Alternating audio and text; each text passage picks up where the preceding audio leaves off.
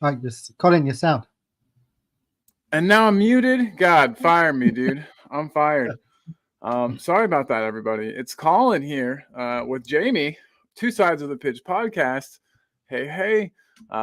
It's early for me. I'm just waking up. You can tell by the look of my eyes. Sorry about that, though. That intro was terrible. That was terrible. Yeah. Jamie, how's it going, buddy? It's all good, mate. I've been up pretty early this morning. Had to go to hospital for my partner to get some prescriptions, and then I've done nothing. Yeah. I mean, it's Yeah, it's afternoon. It's afternoon in your world, so it's a little later yeah. in the day. You've had longer to get going, so you should be on it. You should be ready to go. Whereas I have an I'm excuse and I'm tired. So no, I'm definitely on it. We watched a bit of Only Murders in the Building, so we just caught up with that. And now sweet. she's working, and there's me working as well. Hey, hey, love it, Yeah, man. I love it, yeah. and us both working. Do you like my new headphones, by the way?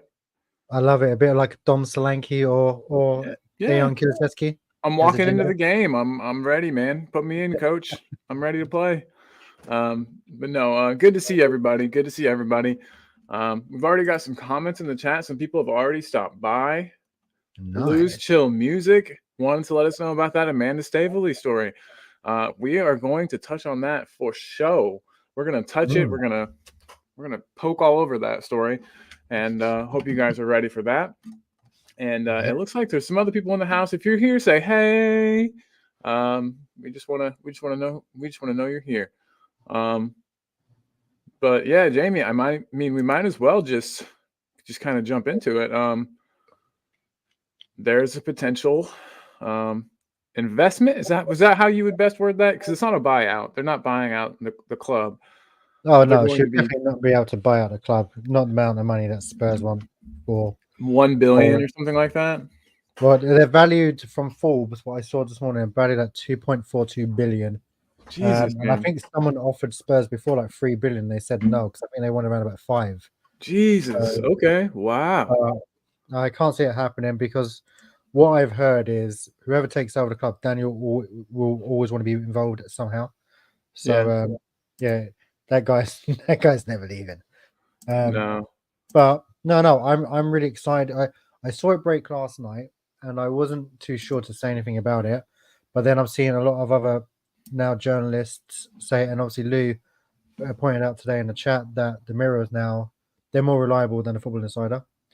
But that's why I did a video this morning just to get something out there, so we're not late to the party, kind of thing. And Right. Right. I yeah, appreciate you, no, by the way. I was yeah, no. snoozing. I was sleeping like a baby. So I'm definitely excited. I know it's only 25%, so was it 605 million? I know she's raised about 500 through PCP, which is her company and her husband's. But no, I'm really looking forward to this, and I hope it goes well because off the pitch everything's fine. We're running smoothly, like we look amazing.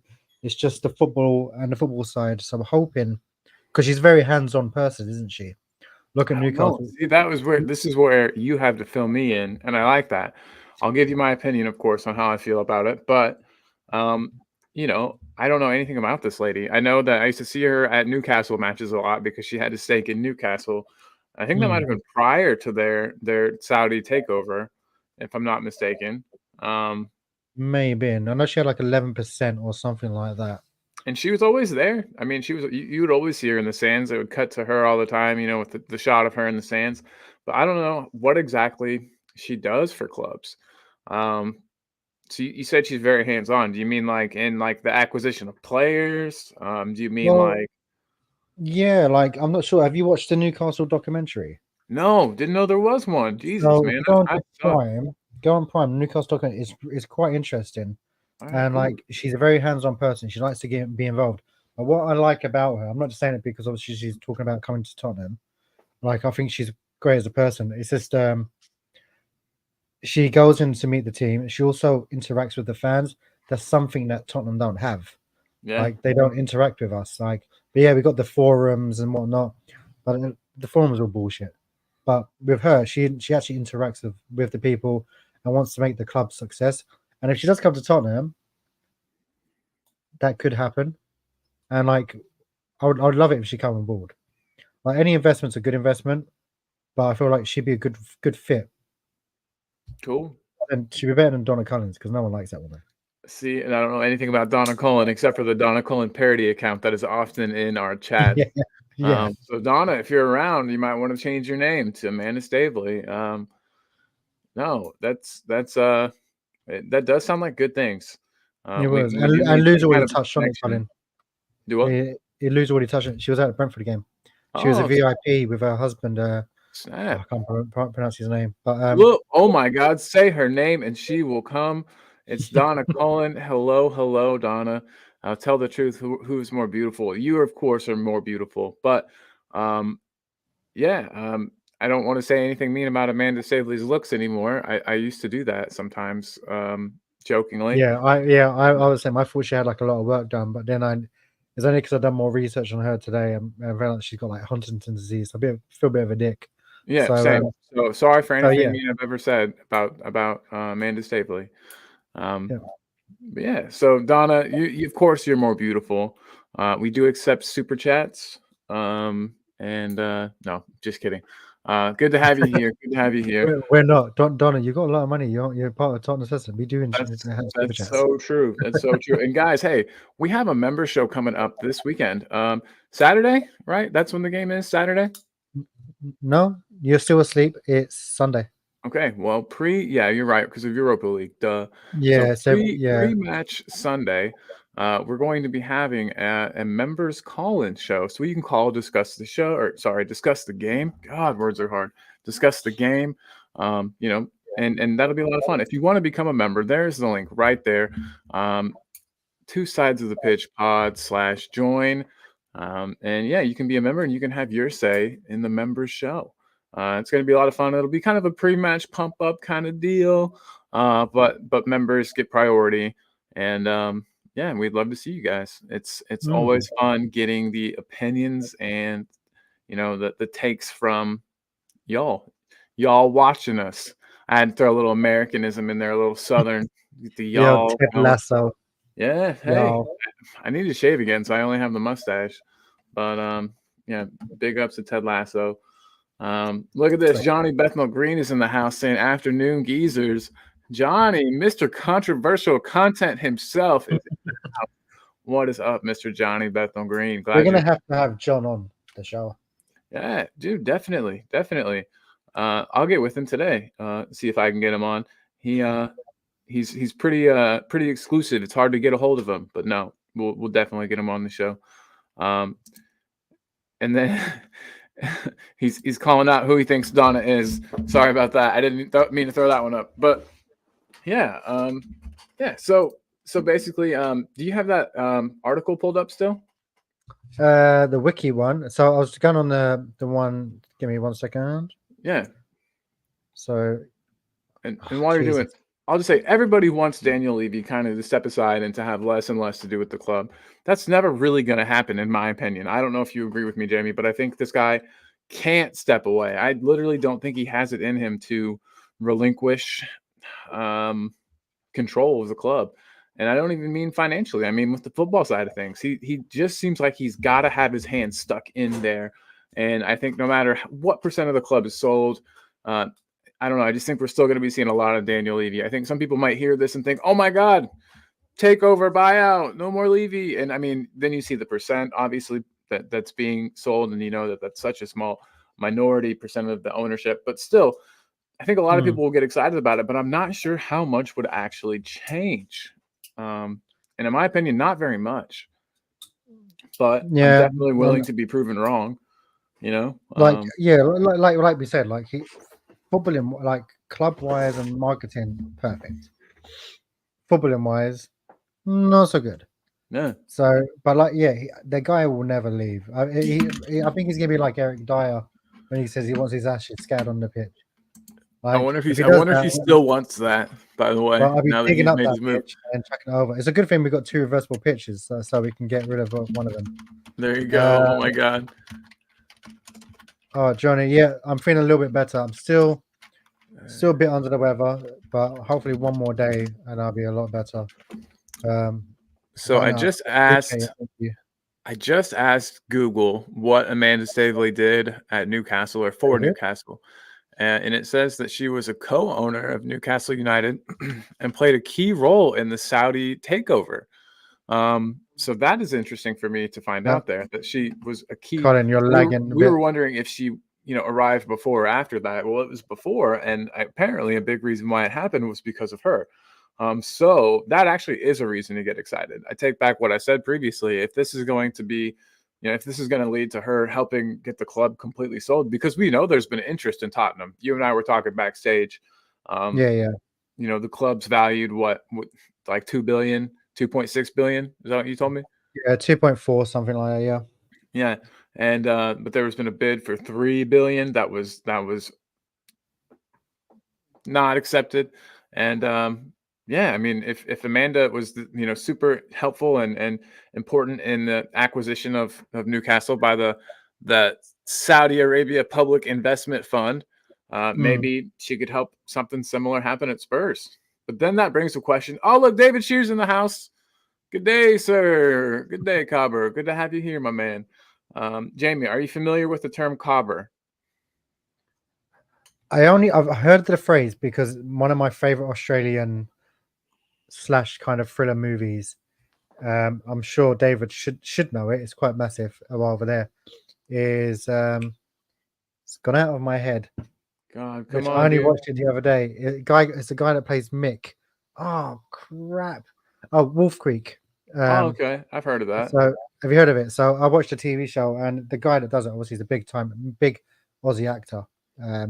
But he uses cobber in some of the phrases, but I don't know exactly what he means. I think it just means like buddy, good buddy, pal, mate, friend, something like that. But David, definitely, if I'm wrong and I've been wrong this whole time, let us know.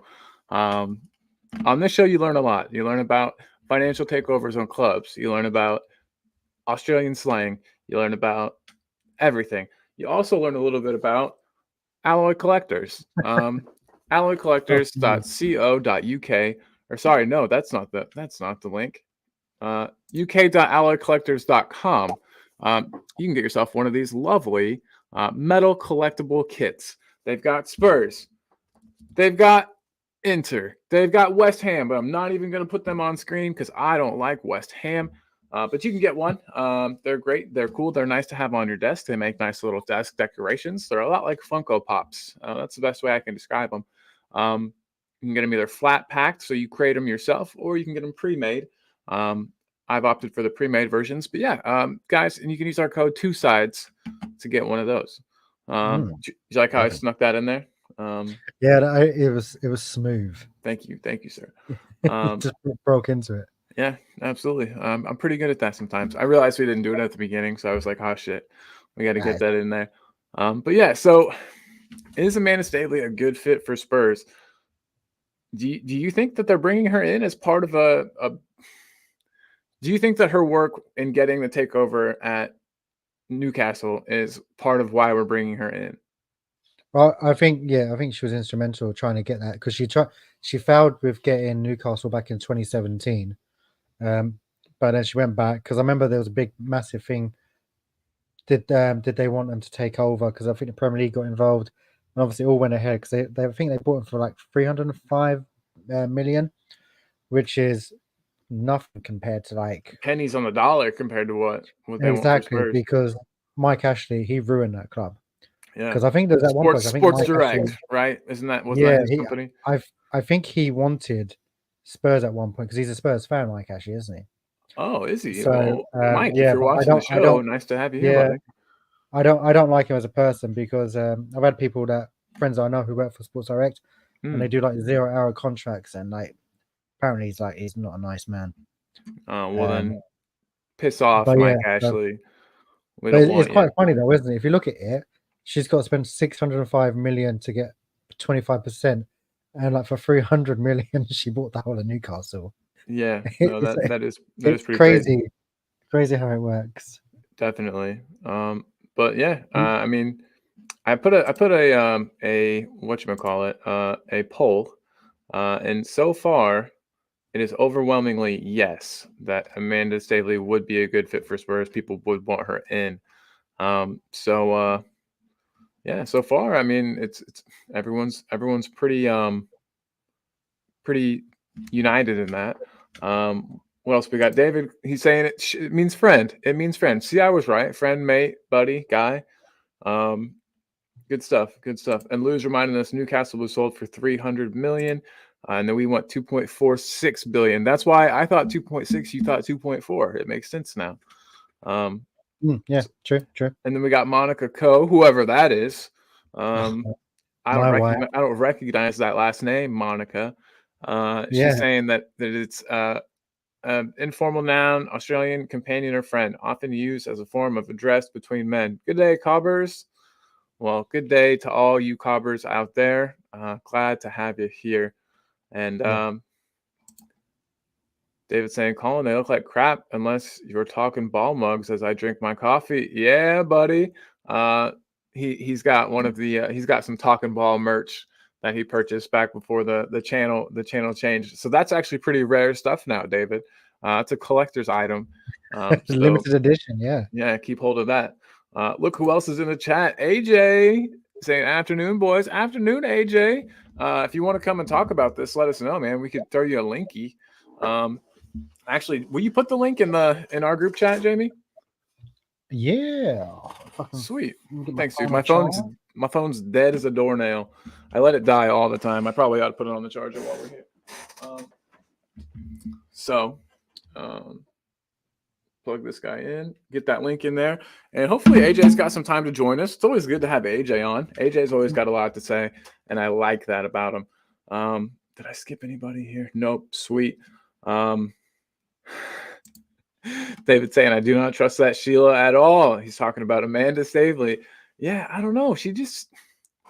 There's something about her that seems untrustworthy. But again, I don't know if that's just me being a really mean person. And going I don't think you're mean. I'm thinking, if you say untrustworthy, who would you have having a fight, Daniel Levy or her? Daniel Levy.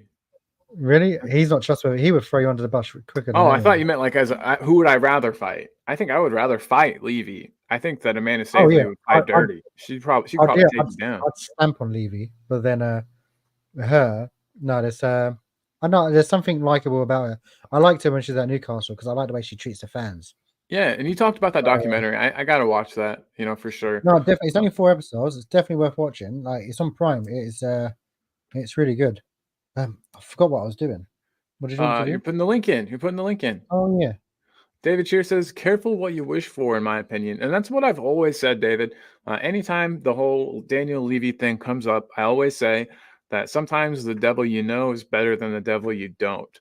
And then a lot of people will counter me and say, well, you got to take a chance. What we know, the devil we know is pretty bad. So hopefully the devil we don't know will be better. And I get that for sure. Lou's Chill Music says that we need Saudi money to compete for trophies. I mean, do you agree with that statement, Jamie? That we need Saudi money to compete for trophies? I guess it depends on what trophy, I guess. That's my opinion.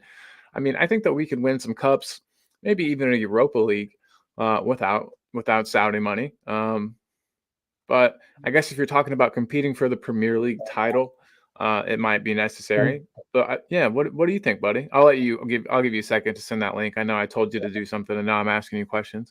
In the meantime, I'll get through some more comments. Jay Ashraf. No, it's fine. It's just I was trying to load up, but my internet's really slow for some reason. Oh, it's okay. You're good, buddy. Jay Ashraf saying hi, Colin and Jamie. If she gets a stake, I think it's for infrastructure purposes and nothing to do with transfer budgets and wages. Interesting. Oh my God, David said, damn it, I just smashed the mug. LOL jokes. Yeah, you better not, man. I think you could still get one, to be honest. I can still get you one, but it's pretty cool. They're like color changing mugs, Jamie. And so when you pour a hot beverage in, the mug changes colors and Jose and I's faces are revealed. So we need to get one made. Did you manage that? Yeah, I'm awesome. I'm really good at making merch, buddy. Look who we've got. I was going to do the phone bit, but I'm just too tired. AJ's here. What's up, AJ? Hey man, last night I just want to apologize if I seemed rude for dropping off. I had a No, you're power good. cut. And literally the connection just went. And I was laying in the dark anyway, so I completely I didn't know, and I was still just talking and talking, and then I was like, hang on a minute, everything's frozen, and then I checked, and yeah, and then That was so funny. my data's crap, like it's rubbish, like when it just drops to 4G. Because I'm not all 5G and all that. When it dropped to 4G, it doesn't ever connect properly, and it was just really jarring. So yeah, my apologies. No, you're good. I was like, shit, did we piss AJ off? Like, did I make him mad? What did I say? I was trying to go But back no, and think about yeah, like what I because I said. think you said that. I was thinking, maybe his missus is asleep and he's been very quiet. So Yeah. I was like, but no, She 'cause was she was actually asleep next to me, like she was shattered. So I was trying to be quiet anyway, but yeah, just absolute power cut, and I was like, oh man, No, you're good, buddy. I'm no, glad it's that it all wasn't good. something I said. That was my fear. Um, no we man. got we got Phil Coy's in the house. Just want to say hey to Phil. Good day, Spurs fans. He says, and he puts the Gareth Bale heart. Good day to you, Phil. Glad to have you here, buddy. And then we've got Johnny Bethnal Green he says he was about to say that exact same devil bit I said. The devil you know is better than the devil you know, or devil you know is better than the devil you don't know. God damn, talking's hard today. But yeah, AJ, I mean, let's get your take real quick on this takeover, or not takeover. See, I keep wanting it to be a takeover. But Amanda Stavely, as you know, or as you probably heard, is trying to buy a good portion of Spurs. 25%. Is that what you said, Jamie? 25% stake, yeah. Yeah. And for one, how do you feel about that, AJ? And for two, what do you think? Someone just said it was for, I think it's for infrastructure purposes and nothing else. Jay Ashraf, do you agree that it's something like that, or do you think it's going to have something more to do with on the pitch type things? I asked you like 3 questions in one there. Sorry, but just wanted your opinion on that, buddy. My opinion is that any investment's got to be good, right? If you look at the investment when they bought Newcastle have improved. Yeah, Newcastle have gone from strength to strength. They're in a much better place now. So any investment by people with a proven track record is good. At 25%, there's not going to really be much in the way of a say that they're going to have. They're not going to have a say in the day-to-day running of the club. They're not going to have any real impetus in footballing matters. I think it literally is just going to be almost like a silent partner. You know, let's face it, Daniel Levy, unless somebody comes in and buys and owns 51% of Tottenham Hotspur, Daniel Levy isn't taking a back seat to anybody. Nope. He's not taking it back, and yeah, this is going to cause some sort of derision between the fan base, because you've got those that want Levy and Enoch and Lewis out that are going to welcome anybody with money. And let's face it, if you get a 25% stake, that's a good base for it to then start acquiring more shares to buy a bigger stake in the club. It's a very good place to start. I mean, it will probably be very lengthy and very drawn out, but if that's the direction you want to go in, 25% is a good place to start. It gives you a foot in the door.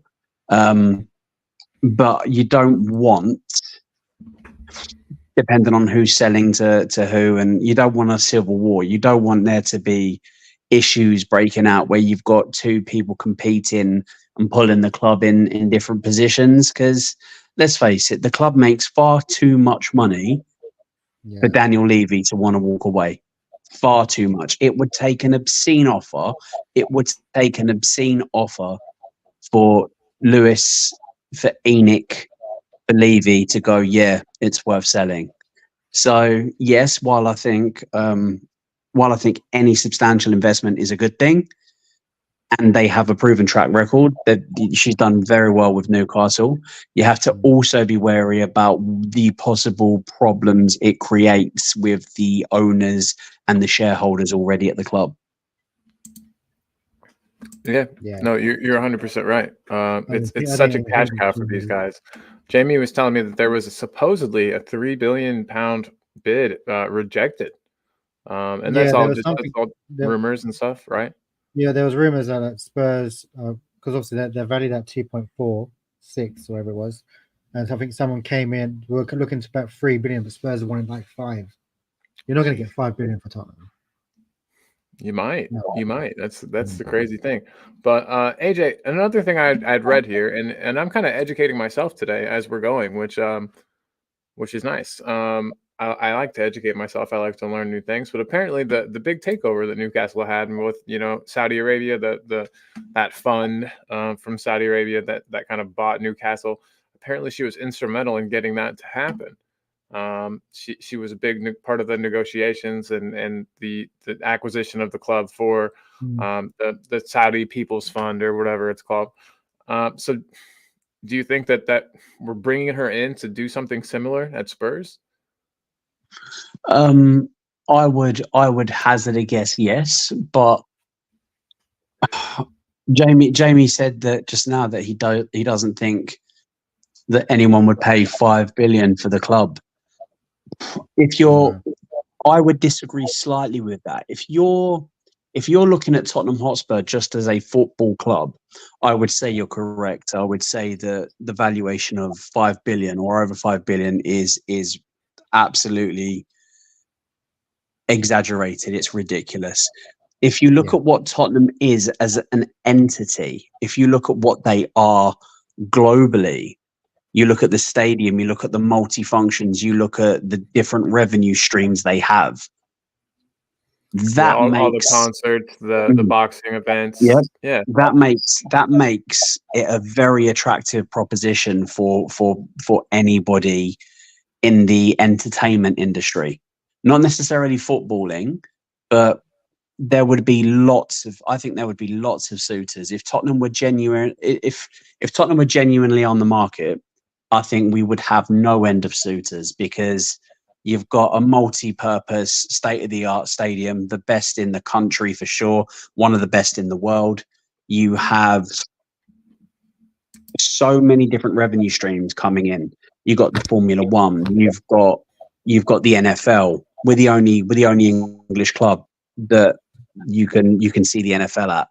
I mean, these are huge draws to who is it that owns the sporting franchise that owns, is it Liverpool? It Liverpool?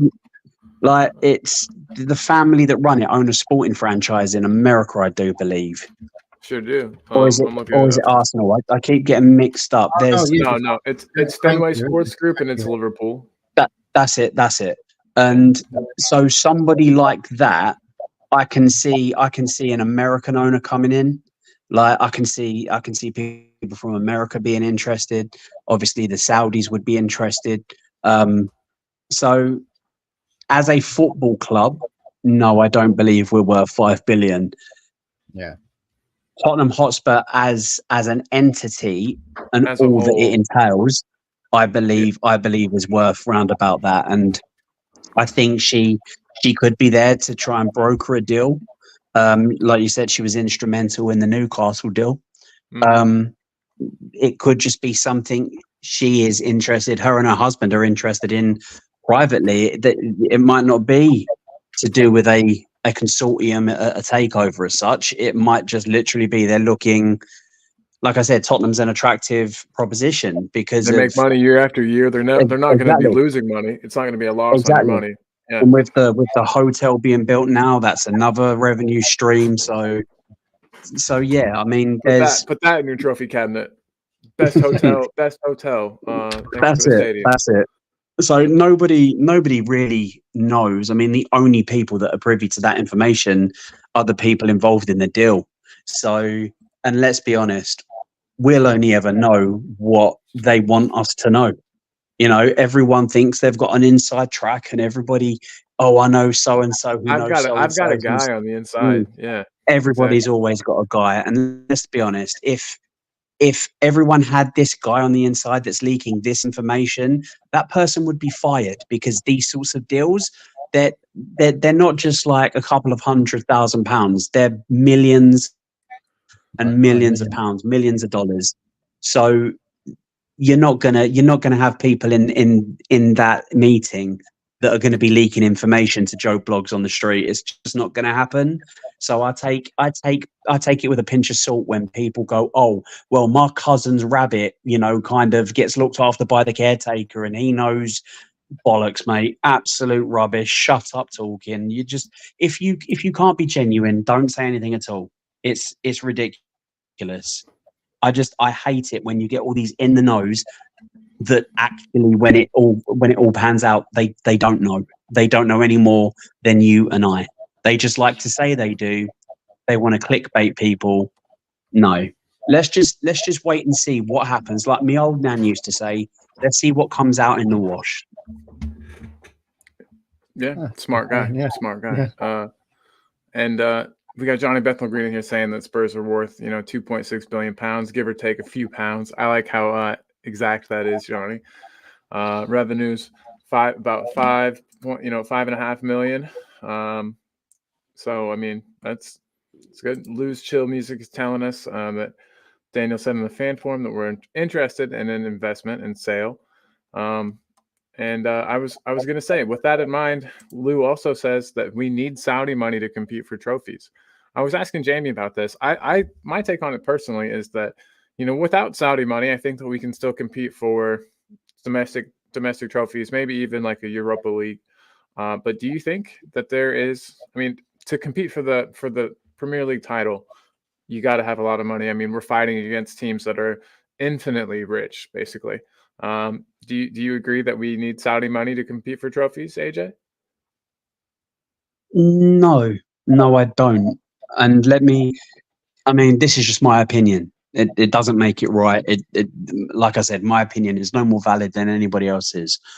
But if you look at where we are as a club and look at where we have been as a club, we haven't been a million miles off. We've been there or thereabouts, and we play some great football. And if a couple of results, if we'd have taken a few of our chances we've created, we'd be sat atop the table at the moment, or at least in second place, and we'd be in a good footing to be challenging. Like everyone would be talking about us. Oh, we've looked great this season. We've played exciting football.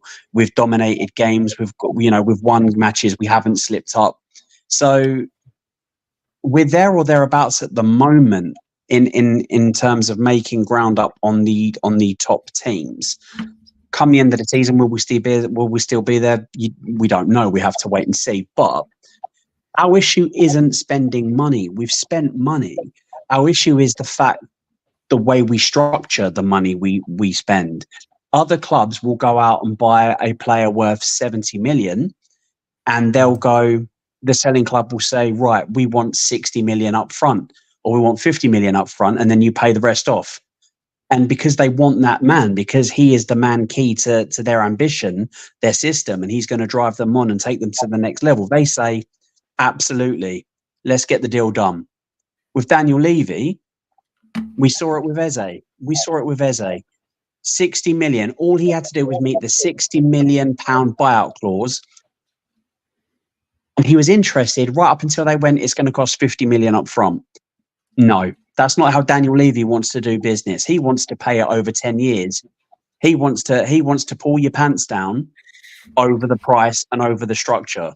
And that's what he does. People that it feels like he's got to get the good end of every single negotiation. Like he's got to feel exactly feel like he's won in every single negotiation that it's a dick measuring competition. It's a pissing competition, and that's what it is. And this is why people don't like doing business with him. Yes, he is a good businessman, but it's his way or no way. And if you are a club like Crystal Palace, they didn't have to sell Eze. They were in a position where they'd sold other assets. They didn't have to sell him. But the contract, if we'd have met the total, if we'd have met the figure, they can't do anything about it. It's a contract release clause. They wanted 50 million up front. They can dictate that. If we meet the valuation, they can dictate how they want it structured. And we didn't want any part of that. Whereas the bigger clubs, the clubs with aspirations of being title challengers and winning trophies, they will go, yeah, let's get this deal done. Declan Rice, 105 million, I think he went for. Arsenal, I Yeah. don't know how that deal was structured, but you can bet at 105 million, there was a huge chunk that had to be paid up front. They've done it. They got their man, and they've gone on. They are a better team for having him in because he was who they wanted. Tottenham don't do that. Tottenham will go for players. If you look back at the players that we could have signed and that we have signed, we signed players for a similar amount as for other players that are out there, but players where we can dictate the actual structure of the deal. That's what holds Tottenham back. It's not spending money. It's the way that money is spent. It's the structure of the payments made to the selling club. And that is the issue we have. That's why we fall behind. That's why we never get the A-list superstar ready to go players. We get very similar players with similar stats because the smaller clubs usually, and it's easier to dictate to them, we're Tottenham Hotspur, we're a bigger club than you, we want your asset, this is what we're going to pay you. Okay, we'll roll over and have our bellies tickled. So for me, I like I that. don't, I like that. Roll over and have our bellies tickled. Good stuff. I Good don't stuff. think we are a million miles away. I think if we had a chairman, I don't think we've got to spend stupid money. I don't think we've got to go out there and start spending obscene amounts of money like Chelsea have. And how Chelsea is still allowed to operate that way is absurd. How Man City used to do, right? It's absolutely ridiculous. I think you get somebody in, loosen the purse strings, meets the selling club halfway. Well, we see you want X, we're offering Y. Why don't we compromise on Z? But that's never going to happen with the people in charge of this club, which is why we're always playing catch up, and it will continue to be the same until we have somebody in the club that will play ball, so to speak, that will negotiate deals, that will give some instead of trying to take all the time. Very good points, man. Agreed with Levy and like you said, the dick measuring contest and never wanting to seem like he's. Not only does he want a good deal, he wants the best deal, and he wants one up on you. And I think that's what bothers everybody. I mean, and it's annoying to me just as a fan. So I could see why no one would want to deal with him. So hopefully if some new owners came in, that would change. Clearly, I mean, if we had, a Saudi owner, it seems like there's unlimited money to spend there. But yeah, Jamie, same question to you though, buddy. Do you think that it'll take Saudi money for us to win trophies? No. It just depends how you play. Look, Poch didn't have a transfer window for 2 seasons, and look where we got. We were just that 1 or 2 player away. So no, it doesn't matter about the money. You can bring in like a kid, as long as they put their heart and soul in and fight for the badge, you're going to get results. So no, like I would like to have some Saudi money or just any money to make us a little bit better. But Yeah. like AJ said, if we spent 105 million on Declan Rice, our midfield would be 100% better already, wouldn't it? I mean, no, we've always got that person, but because Ange plays a certain way, it probably won't fit into his system. So you need to have the right manager, the right formation, and the right players to actually go on and to get success. Johnny Bethnal Green points out a couple of good things here. He points out that no club pays up front. It's all on credit now over a year.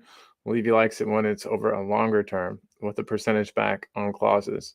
And that could be the problem. I mean, and then someone said, Lou, saying that we're living 15 years in the past. Daniel's living 15 years in the past when it comes to the transfer market. I agree with Lou that he needs to kind of come to terms with the way things are.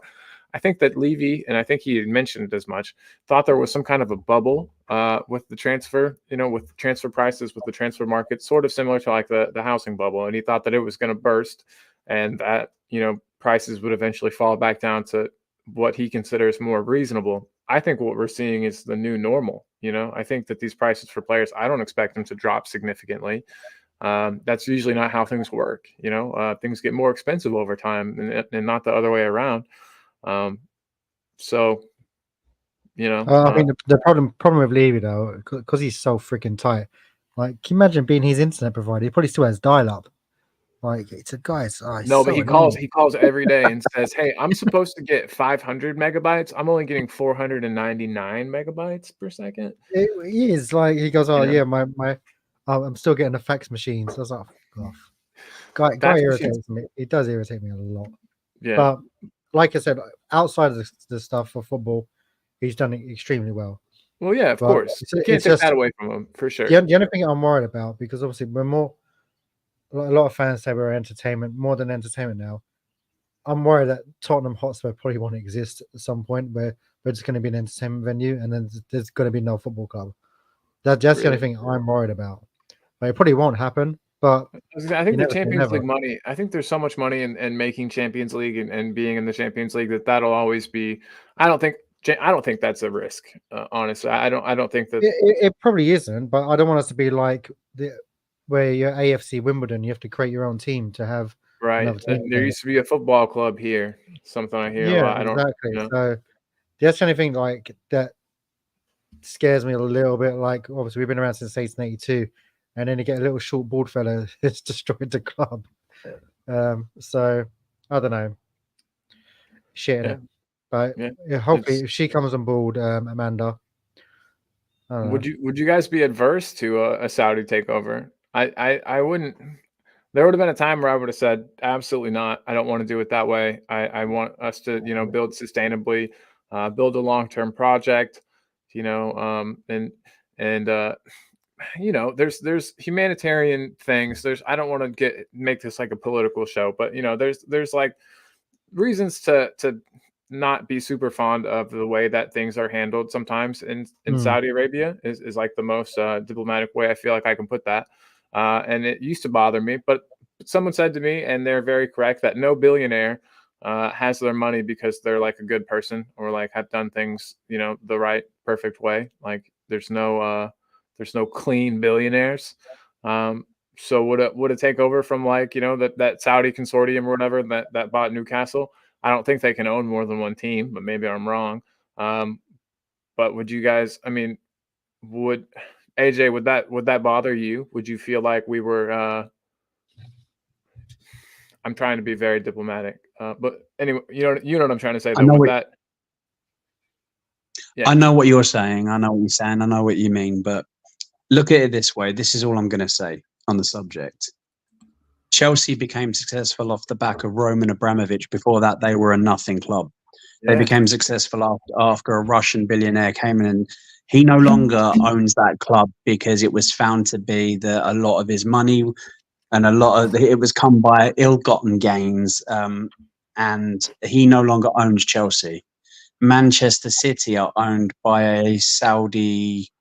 Is it one guy or is it a conglomerate? I can't remember. I think there might be one guy, if I'm not mistaken. Yeah. But look at the predicament they're in, where for whatever reason they're facing 115 charges. So Ryan's saying it's Abu Dhabi that own City. Sorry, yes, but I don't want any of that at my club. I don't want any issues. We've got enough issues off the pitch with our board, right? With Daniel Levy, with Joe Lewis, with Enoch. We don't need any more. We don't need that sort of headache, that sort of hassle. So personally, and it is, there will be people that want it because they know that with that sort of money, that means that Daniel Levy is no longer at the club. And let's look at a track record of Chelsea, Man City. They've spent a lot and they won things, So if you're spending the money, do you win trophies? More often than not, yes. But then do you want the issues and the headache that go with it? Personally, no, I don't. When we win, I want us to win on merit. I want us to win because we've got there. It's been a hard slog. It's been tough, but we've got there. We've done it. We've won. Yeah, we've won a trophy. Yeah. Look at us. We how many of us are guilty of saying, Chelsea, you're only where you are because of the money. City, you're on. I remember the playoff final between the local team to me, Gillingham, and Manchester City at Wembley. I remember that playoff final. And Manchester City are now one of the I know what best you're saying. teams in the So world. she's kind of showing where they were and where they are now. They were nothing, and they've got that. And same with Chelsea. Chelsea were a bang average team. But how many of us go, oh yeah, fair play to them. They've done really well. How many of us sit there and go, nah, without the money, they're nowhere. And we're right. If they don't have that injection of cash, if they don't have these people come in and buy the club and throw stupid money around, neither of those teams are where they are today, not even close. So for me, it comes down to just personal preference. But for me, it's a no. I get what you're saying. I mean, it's nice. It's really nice to be able to sit in our tower, our golden tower, and to look down at Manchester City with these 150-inch arches and say, ha ha, ha ha ha ha. You know, you guys are going to get relegated and all your trophies are going to get taken away. I mean, we all know that's not going to happen, but you know, it's nice to be able to sit in our tower and look down on them and say that. And I mean, that could easily be us. You know, if the roles were reversed, I mean, and those owners were our owners. We didn't have owners that, you know, kept the books clean and that, you know, made sure that there were no, you know, nothing illegal going on. And Johnny Bethnal Green raises a question: without Daniel Levy, where would we be? That's a question that never gets mentioned. Worse off or better off? And I think it's quite easy to answer. I mean, I think we're definitely better off having had Daniel Levy at the helm. You know, the club weren't in good financial shape whenever they took over, and now look at us. You know, so it's tough for me. You know, I feel like in a sense too, like morality kind of comes into it a bit. It's tough. It's tough. But if I had to make a stand and say something, I would probably say that I would rather us continue doing things the way we're doing them. It does seem like it's a slow burn. We're not throwing gasoline on the fire and just going to explode overnight, which I feel like is kind of what would happen if we got, you know, new owners. We could, you know, put some petrol in the fire and you know, watch it explode. Right now we're just slowly adding tinder, you know, just adding little sticks to the fire and it's growing. But slowly, and I'm okay with that because it looks like things are going to come out of it. But I don't know, Jamie. Do you have a hard stance on this? I was just gonna say, like, if we didn't have Daniel Levy now, would we still be in the Premier League? Would we still be playing at the old White Hart Lane? Would we have had those players coming in that we've got? Probably not. I reckon we'd probably still have the old White Hart Lane, which obviously I don't mind because I love the old White Hart Lane. But yeah, I liked the poll TV that you that was like on camera. You know what I mean? Every time they would like pan the camera, there'd be that one pole that you're in front of. Yeah, the cheapest ticket. I used to hate that place, that bit. But no, he's done a lot for the club, which I thank him for. But there's things that he needs to sort out, and I think bringing on an investment, hopefully that will help us in the long run, because he's been with the club for what 24 years, and it's just frustrating because there's other owners out there that take time with fans, and he doesn't. Like, yeah, you have the fan forums, or you've got those, what's it called, the other thing that the fans speak on our behalf kind of thing. I can't remember what it's called. Supporters trust. Yeah, that's it. The trust. Yeah. So, but no, it'd be nice if he can actually interact with the actual fans itself, because he's doing himself no favors. That's why I kind of, if Amanda comes on, like I said in the documentary, she interacts with the fans, and I think that's something that we miss. And I think it help him in the long run if we get her on. AJ brings not AJ, sorry. Nick brings that up and he says, watch the Newcastle documentary. And you were talking to me about it earlier, Jamie. Amanda's legit. I'd not have much issue if she owned enough to have a say in the operations side. I'm definitely gonna have to check out this doc because I know nothing about the lady. Absolutely. Yeah, no, she's so down to earth, Colin. Like when she's talking, she like there's a care. Like she wants to have success. Daniel just wants to make his pockets bigger. Well, and I think Amanda sees that you can do both. That one kind of could breed the other. So, but Johnny has a point here that we were asking about earlier. He says Amanda's just a middleman. In this news story, she's acting on behalf of two parties. So it does seem maybe then like she is coming in to help broker a deal, to help, us get this sale completed. I didn't know, and it was also mentioned here in the chat that they said they were open to a sale at the whatever it was called, the fan forum thing. Yeah, that they said they were open to a sale. If that's the case, and then Amanda's coming in, then I think it definitely looks like we're looking to sell. It's exactly what AJ said though. Like if you're buying in 25% now, you can each year you can get a little bit by bit to finally take it, because I think they're trying to sell 70% of what's his face, Joe Lewis's, because obviously he doesn't own it now. It's gone to his family and whatnot. So yeah, because of all his legal trouble. See, no owners are good. No billionaires are good. There's always going to be problems. But yeah. To me, I think it's a good investment if she comes on, and it's something I'm looking forward to. I hope it works out. Due diligence needs to be done. That much I say, of course.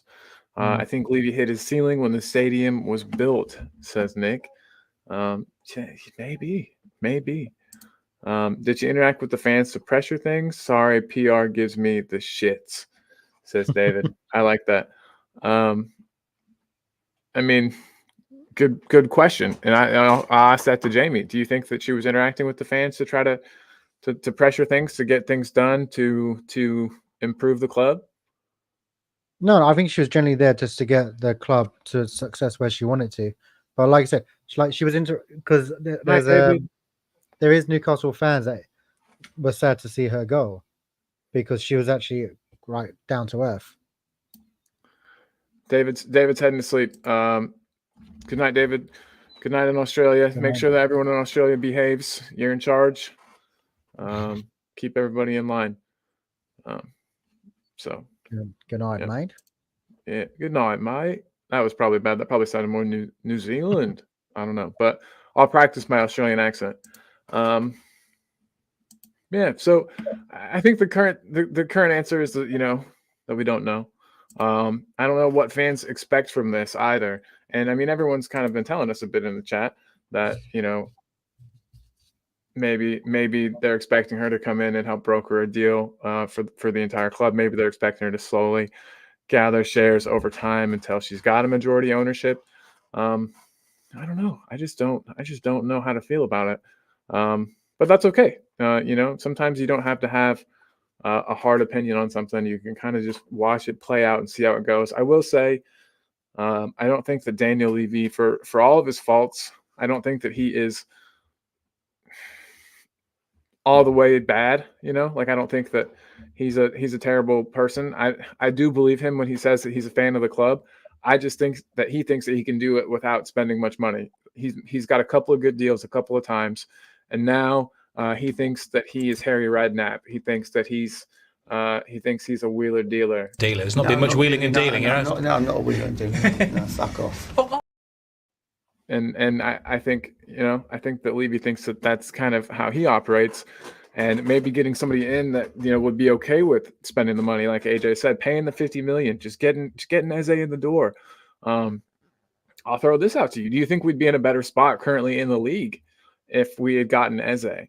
And I'll ask either one of you guys. I mean, if we had paid up, sumped up the cash, got Eze in the door, would we be better off for it? I'll let you go, AJ. I don't really know.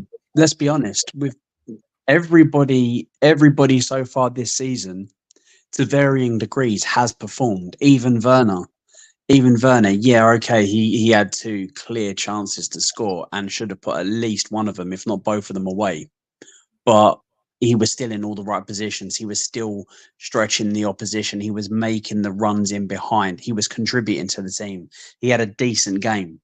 And before anyone starts getting on about him being a terrible finisher, Son has had at least two very similar opportunities to score this season and has fluffed both of them. So, and that's Son.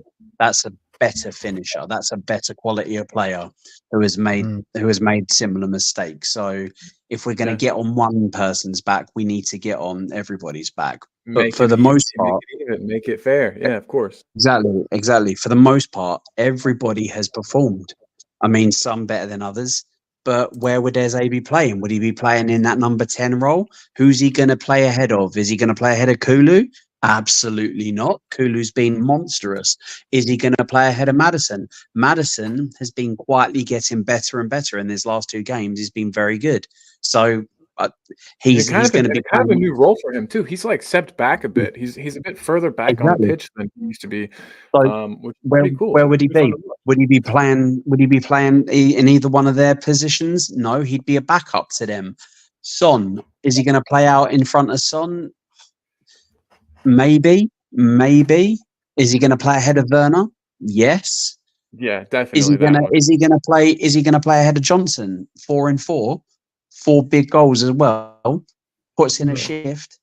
Has much improved since the criticism and the downright disrespectful, insulting behaviour from a very small minority of, I'm not even going to call them fans, because I mean true fans don't act like that. But who is he going to come in place of? I mean, he's going to bolster the squad for sure. He's going to give us an extra option. So he probably get in ahead of Odebert. You know, yeah. But once again, Odebert he only started 2 games for us, I do believe. So he's. I personally think Odebert was only brought in because we didn't get Eze. To me, it seems like because he was a cheaper. He was a cheaper option. It was a deal that could be done on Daniel Levy's terms, which is exactly the issue we have. But no, I don't think. I think this season we have played very, very, very well, with the exception of Coventry. In every other match, we have dominated for most of the match. We have had a majority of the chances. We've created a hatful of big chances. The issue is we haven't been clinical. Is Eze going to help us in that department? Not really. Is he clinical for Palace? Is he a clinical goal scorer? Is he a creator of clear-cut chances regularly? No, he's a very good player. So, I mean, would he have improved us overall? Yes, I do believe so. He's a talented player. Would he have come in and ousted anybody from the starting lineup? I don't believe so. Maybe initially, but like, you know what I mean? I think it would end up kind of shaking out to be how it is now. You know, I think he would have probably started more towards the beginning, but I do think that eventually this experimentation with Kulu in the midfield would have happened. And so, yeah, I don't think he would have displaced Kulu, which is the only position in the midfield I think is kind of up for grabs. You know, I don't know if you see it that way, but Kulu's outperformed Maddison this season easily. And I think Maddison's had a decent season so far. He's started quietly. He started slowly, but he's still been putting up the numbers. He's still been getting the assists, and his last 2 performances have been his best by far, but he's still behind Kulu. Kulu has been a different animal altogether. And there were people saying in the summer, sell him. He doesn't improve the squad. Sell him. Get rid of him. Cash he's in on him now. Not a good winger. Yeah. One trick pony. Can't play on the wing in Ange's system. And now look at him. An absolute monster in the midfield. He works his arse off. He tracks back and he defends. He gives you an extra dimension in the box. He's he's the best ball carrier midfielder we have. Not even just midfielder. He's the best ball carrier we have. He is deceivingly quick. He is quicker than he looks. He's very smart. He knows when to step across his man. His strength is unparalleled. There is nobody in the team. No, I'll tell a lie. The only other person in the team that I think is as physically strong as him is Solanke, but Solanke is strong in a different way. Solanke isn't as strong when running with the ball. So, you know, I think Cooley's been brilliant. Definitely I would player of the agree season so completely, far, and I don't think anyone could disagree with that. So yeah, Jay Ashaf saying, of course he is AJ. I think he's talking about Eze. He plays over Odebert and Werner, who is a waste of space in the squad, says Jay Ashraf. The Werner thing's hard. I defended Werner to the hip, like as much as you possibly could last season. I could see in him that he's a good player. He makes intelligent runs. He seemed to be the only player last season that would beat his man and put a cross in, which is what Ange wants. Brennan Johnson, for all the speed that he's got, he's not really a ball at his feet. Beat a man kind of guy. He likes the ball played through so he can run onto it and then collect the ball and then do his thing, which is, it looks like, shoot from an acute angle and tuck it in the far corner. But yeah, Werner's hard to defend just because he misses these clear-cut chances. But like you were saying, he's not the only one that misses clear-cut chances. We've been so used to Sonny, a player that he exceeds his XG like every single year, and eventually it was going to just kind of revert to the mean, I think, and he was going to start playing like a normal human being instead of a demigod like he had been.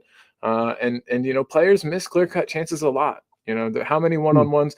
We don't notice it a lot because we're not watching these teams. We're not fans of these teams, but players miss one-on-one chances with the keeper all the time. What makes me laugh is that people tend to scapegoat and people tend to have their favorites. And if you've got a favorite player and he's not performing, oh, well, he has scored recently. Oh, well, he's done a lot for the club. I'm sorry, you've got to go with the same energy. You've got to use the same energy across the board.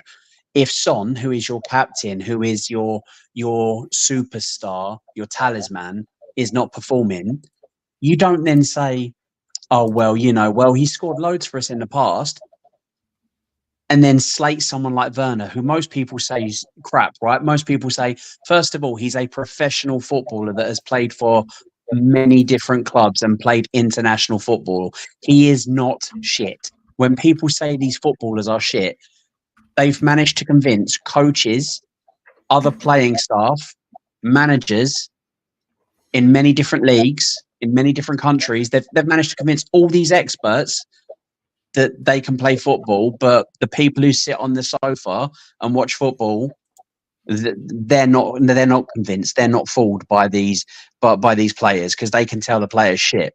Werner isn't a shit player, right? No. Is his finishing good? No, his finishing is terrible. Should he be taking more opportunities? Should he be converting far more? But he adds to the team when he's on, with the exception of Coventry, which was absolutely terrible. The most shocking performance I've personally seen by any one Spurs player. But he still the whole team played like shit that day. Exactly. But he still adds to the team. He still does the job that the manager asks him to do. Should he be scoring more goals? Absolutely. I'm not questioning that. He needs to. He should be. But let's start giving criticism and blame where it's due. Son Heung-min has been terrible this season, with the exception of one game, maybe 1.5 games. He has been poor. But people won't speak of Son in that manner because he's Son. If you're going to come after Werner, then surely we hold the player that's better than him to account as well, right? If Werner is rubbish and Son is world class, then surely if a player's playing rubbish, it can't be Son. It's got to be Werner, right? Son should be scoring. Son should be scoring and assisting in every match. So if we're going to be critical, he's shown in the past that he can do that. That's the difference, really, is that he's shown us in the past that he's capable. Whereas with Werner, the expectations, in my opinion, are low because he hasn't really been that kind of guy. No. So I think I get that. I do get that, but the issue is Son's not doing it now. Yeah. Sure. So this is what I don't understand, and this is a point that I can't get on board with. I appreciate Son for what he's achieved and everything he's given Tottenham, and I love the guy. I think he's been a great player for us. But does that mean he can go for 6, 7, 10, 12 games without scoring when he should be scoring. How many games do we give him before we go, actually, yeah, he's not playing well? Or do we just keep playing him, letting him underperform and keep going, oh, but he scored last season? Honestly, but he scored before. It's a great question, and I think we're going to keep letting him play, it seems like to me. I think if he's fit, I think he plays because we made the mistake of making him captain. I think it's hard. I don't know how many other teams leave their captain out of the starting lineup. You know what I mean, AJ? Yeah. Can you still hear me? Yeah, I got you. I can hear you perfect. Yeah. No, I love Son. I love Son, right? I do. I love him as a person, the way he conducts himself. I love what he's given to the club. But he's getting on now. Yeah, he's getting on. His pace is you can see it in games. In one game he'll be running, and then the next game he hasn't got the legs to keep doing it. He hasn't got the legs to do it consistently. I don't think he should be being played all the time. He needs a rest. It shouldn't all be on his shoulders. But when he plays, he is our talisman. He is our man. He is our main man. He needs to be performing. Agreed. Daniel Coys is in the house. What is up, Daniel? Good to have you here, buddy. He says, why are you defending a proven flop and Werner, who's been shite for 4 years, but criticizing one of the two players with Sonny, who carries the team for years with Kane? And I don't think that's exactly what's going on. Tell me where I've done that. I was going to say, I think that we're Explain to me where I've done that. I've been fair. I've judged people based on what they are meant to contribute to the team. Have I said that Werner's a quality finisher? No. Have I said that he should be finishing and his finishing is poor? Yes. Have I said that Sonny has been great for the team? Yes. Sonny this season has not been good. He hasn't. He's been poor by his own standards, the standards he has set. You don't get to not contribute to the team or put up the figures that you should be putting up because you've done it before. This is a new season. Last season was last season. It's done. It's a new season. You roll over, you go again. It's as simple as that. You don't get a free pass because of what you did. You don't get a free pass because you scored a hat-trick in like 4 games ago. Yes, Werner is a poor finisher. And is Son better than him? Without doubt. It's not even close. It shouldn't even be a question. But you have to hold people to account. And if Son isn't performing, he gets judged equally the same as Werner. You don't get to say Werner's terribly shit, he's a disgrace, and Son doesn't perform, and, he did score 3 seasons ago. That's a little bit of an exaggeration, of course, because Son scored last season, he scored this season. But my point is, people need to use the same energy, but they don't. They use their bias to judge whether or not a player should be criticised. You need to critique and critique fairly. You need to praise and praise fairly. Agreed. And I don't even think that we're defending Werner so much as just saying that he's not I'm not absolutely shit player. You know what I mean? That there's aspects of his game that are good. Is Sonny better? Like you said, yeah, for sure. But they both have missed clear-cut chances. They've both missed some clear-cut chances recently. I don't know, Jamie, I want you to weigh in on this just because you've been awful quiet there while we've been wading through the mud of this topic. I was just like a fan listening, so sorry. No, you're good, dude. It's kind of hard to jump into when there's 2 people talking. But no, I was just listening because I was taking everything that AJ was saying. Like, if a player's performing shit, we're allowed to say he's shit. Werner, he's good at certain things. Sonny's good at certain things. So obviously, Sonny scores more goals, but Sonny hasn't performed. And I feel like last season, he had a decent season because it's under a new season with Ange. Get that, perfect. Yeah. But I think he's kind of been found out now. Sonny's not as good on his own without Kane, because I think Kane highlighted how good he was because they work so well together. But now not having that, I think he's struggling because he hasn't got that one person to rely on to make him look as good as he is. For me, Sonny stayed too long. I think he should have gone out. I don't think he should have been captain. I never believe in a striker being captain. He needs someone that's in the middle or at the back. But no, I totally agree. Werner's not been great. His finishing needs to be worked on, and like I would defend him as long as he's in a Spurs shirt. But I'm allowed to give him shit as much as well because I'm a paying fan. But I do want him to succeed, and I think I don't think we should have signed him again this year. But No, absolutely. Yeah, we shouldn't. I think he was good for last season, but I think Ange knew he probably wasn't going to get the guy he wants. So I thought, get him on a cheaper deal. See how he might perform second season. You don't know, Right. but We at least know the level that he will perform, which is exactly. I don't know, five out of 10. You know, with the Eze deal, we're probably still be in the same place where we are because you don't know what the future would have been. Like he might have had a couple more shots, and yeah, a couple of them may went in, but it's just the way the team has performed. So you can't say would we be better than we are. No one knows. But like I would defend Werner and shit on him as much as I can. Why I'm being a fan. And you're allowed to shit on Son a little bit too if you want to. Because he's not been himself. He should have gone maybe last season when Kane left. Because if you want a painful rebuild, you get rid of the players that did it. He's 32 now, so yeah, we need someone in. We're bringing another. It's a harsh, shitty situation that sucks. We got Lee Smithy Smith in the house saying, AJ, we're talking about my Korean God here. He will still get loads of goals this season, as he always does. And he may very well. Like he is a class finisher. The problem with Son is his game heavily revolves around his pace, and his pace is as it does when you get older. His pace, it's not sacrilege for me to say, oh, he's losing his pace. He's not the player he once was. Yeah. All professionals reach a point where all of a sudden they're not capable of doing what they were doing the season before. It happens. Son isn't the exception to the rule. Like, it happens. And I'm not saying don't critique Werner. What I'm saying is, if you are going to judge players, be fair. Nobody gets a pass. We are Tottenham Hotspur. We are not Son FC, right?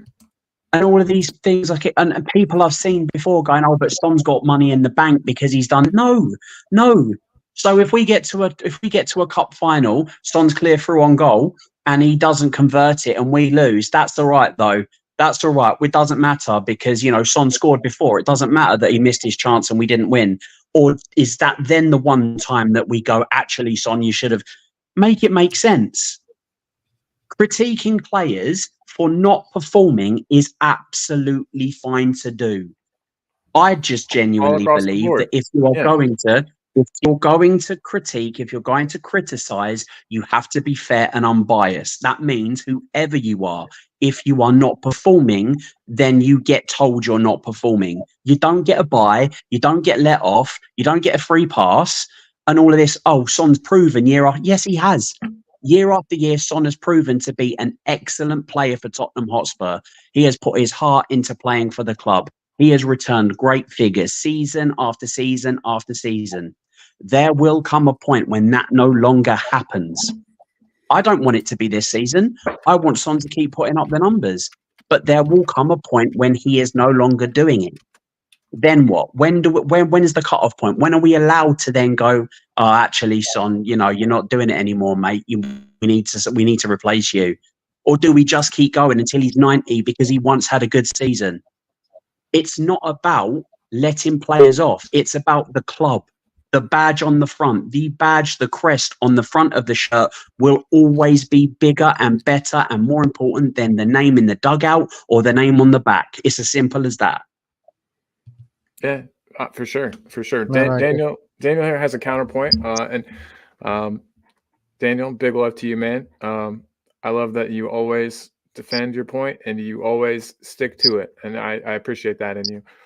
He says, how about Son has a sample size to prove at this club that he's important because he's going through a little bad run? You think I'll give him the same shit that trash Werner, who's been trash? I literally just answered this with my last comment. You have to judge them based on you judge them based on what you see game by game. Okay then. How many games? How Do we many give games does he him not perform in before we're allowed to criticise? Because Brennan Johnson, the poor lad, had to delete his social media because he was being racially abused. He was being targeted, homophobic slurs because he wasn't performing to the level that as fans, which none of us, by the way, not one of us could get on the pitch and do what he does. Not one of us. We'd all like to think we could, but not one of us could, because if we could, guess what we would be doing? We wouldn't be sat on YouTube talking about football. We would be playing it. But we have the right to go on his socials, and I'm not saying anyone personally here did it, but as a group of fans, we have the right to go on his socials and absolutely rip into him personally because we don't think he's a good footballer. That criticism, that is fine though, because it's him, right? It's him. We're allowed to do that. That's acceptable to some people because he isn't as big as Son. No. But if Son was performing as poorly, who's got more goals this season, Johnson or Son? Johnson. Yes. So where are the people targeting Son? There aren't any. Do you know why? Because Son's adored. That's the difference. People use their credit in the bank, so to speak. Yeah, people use their player bias to decide whether or not they're going to critique. I do it a different way. If I'm watching a football match and Son's clear through on goal and he doesn't convert and we end up losing, guess who's getting the blame for not taking his chance? I'm not sitting there going, don't worry, Son. Don't worry, Son. You might score in 4 games' time. Don't worry, Son. You scored last season for us. I'm interested in the match we're playing now. I'm interested in the 3 points we could have won now. I'm interested in the final of the cup we could be winning now. But when are we allowed to? When is the moment we're allowed to go, actually, Son, you've had a bad game? When is that allowed to happen? Yeah. It's a great question, and I get what you're saying. And I think if we looked at the data, of course I haven't. I'm not a super statistical based guy. I probably should improve that about myself, especially if I'm gonna, I just want to interject quickly because team news has come out about tomorrow. Oh yeah. No Sonny or your doggy. Oh shit! Sonny's injury might be worse than we thought. Is that because they're both injured? Does it say? No, it just says that they've not travelled. So let me read more into it. I would hope Son's getting a rest because he does need one. Then this is going back on your point, Adrian, because I was at the game. He didn't want to come off when it was 2-0. When he hit 3-0, he literally dropped to his legs because he was like, I'm too tired. So it shows that age is catching up on him. Well, I mean, I was going to say, if you look statistically, and I haven't, but I'm sure that his output has probably been steadily dropping a bit year after year. I mean, as it would with a player who relies so much on his pace, those gut-busting runs, lung-busting, runs that he makes. When Gareth Bale came back to the club, I'll use him as an example. He said in almost these exact words that he won't be making as many of the runs that he used to make because he just doesn't have it in him. He can't make those sprints anymore all match. So he could do it a couple of times a match, but that he doesn't have it in him to run like that anymore. And I just think that the same thing is going to happen. It's happening with Sonny, and it's okay. I mean, like players do that. He'll still have a role to play. Daniel says, "Fuck it, Sonny is shit. Sell him." That's not what we're saying, Daniel. That's petulant. That's petulant, and I'm sorry. That's nobody said that at all. Nobody said that at all. As a matter of fact, people have praised Sonny. People have praised what he's given the club. People have said that he's better. I've said that he's much better than Werner. It's not even a debate. And if you're going to have one of them in your team, you're going to have Son. But again, people will go, Werner's shit. Son's great. But Son hasn't been great this season. But then to just go, oh, Son shit. Nobody said that. Son needs a rest. Son's being overused. He's getting older now. Yeah, I think it's unfair to expect the same from him that he's given in the past, just because, like you said, age. He's getting up there. I don't think that we're being unfair to Son by pointing stuff out, and I think that we're being fair in the way that we understand that that's going to happen, and I'm okay with that. I understand that athletes as they age, especially ones that are dependent on pace, and Son's not wholly dependent on pace. God damn, his football IQ is crazy. The man can score all kinds of goals. He's very clinical most of the time. He's gone through a patch of time right now where he's not as clinical, and that's what we're talking about. But I mean, I think that we all know that, and we're not holding that against him. We're not saying, we're not saying Sonny is shit selling. We're just saying Sonny is getting older, that he's not the player that he used to be, perhaps, and that, and I think the problem that we're having right now is that we're talking about Werner in the same sentence, AJ. I think if we were talking about Sonny by himself in a vacuum and not having any other players mentioned, I think that it would go over better, and I think people wouldn't be upset with what we're saying, because I think that it's all true stuff.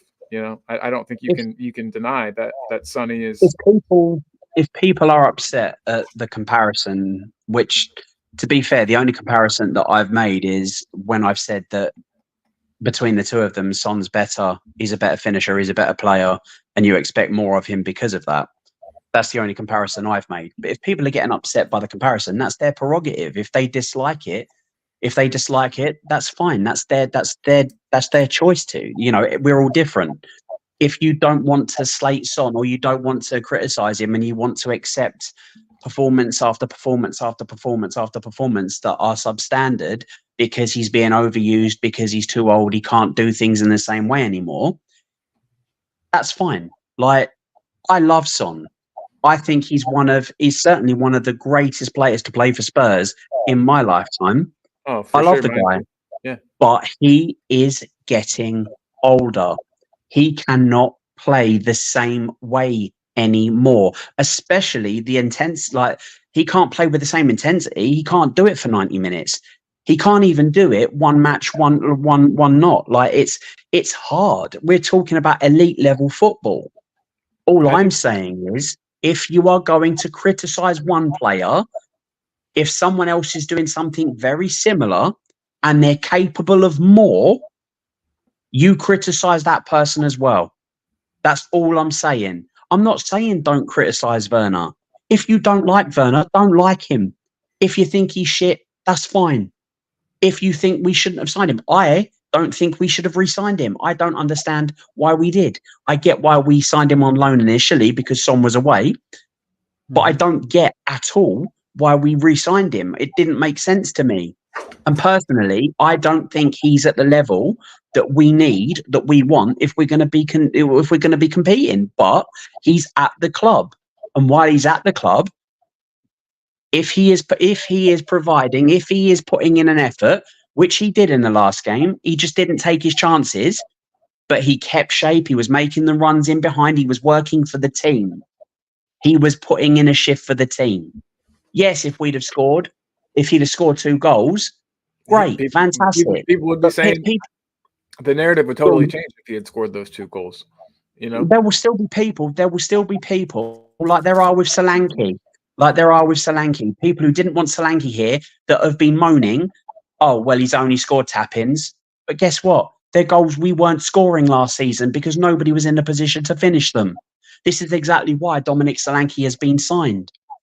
Even if he'd have scored, even if Werner had scored those 2 goals, there would have been some way of slating him and using it as a way to get at him. And, he could do it now. He hasn't done it all season. Or, I'm surprised he scored. He's got clear through. There would have been some negativity surrounding the 2 goals because people don't like the player. They don't like him. So nothing he do is ever going to be good enough. Yeah, they'd be like, oh, it's about time Werner scored, wouldn't they? So exactly that. Yeah. We got Eltel Cockerell in the house. It's a name I haven't seen yet so far today. Big up Jose in the house. Eltel Cockerell. He's got a show coming up later today. Just putting that out there. Should be a good one. Got a special guest. So I'll have to get the link up at some point. So big up to Eltel. But no, you guys are 100% right with everything that you're saying. I think it's a soft spot for a lot of people. It's a maybe soft spot isn't the right way to put it. It's a controversial subject because he has with Kane. He was our best player. Kane's gone. Sonny is our best player, but you just can't ignore time. You can't ignore. Bravo had a great comment. I had it up for a second, and he said, as fans, we can say it how we see it. Football is about the now. Okay. If you're not performing at the moment, they have to know you're only as good as your last performance. And yeah, I think Bravo kind of hit the nail on the head with that one. So big up to Well, Bravo. no, he also put another comment up as well, which we didn't go up to. Let me just find it. Yeah. You carry on talking. I'll have a look.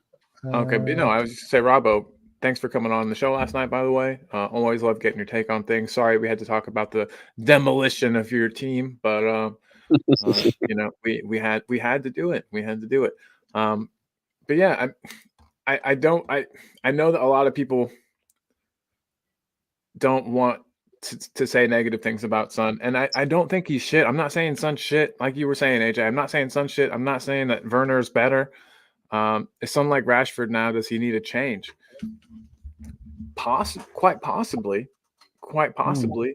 I don't know. I want him to stay here. I just think maybe he should come off the bench. Maybe that's the change he needs. Is that he should be a player that comes off the bench and can, you know. I think Son's still got a lot to offer. I think he's still a quality player.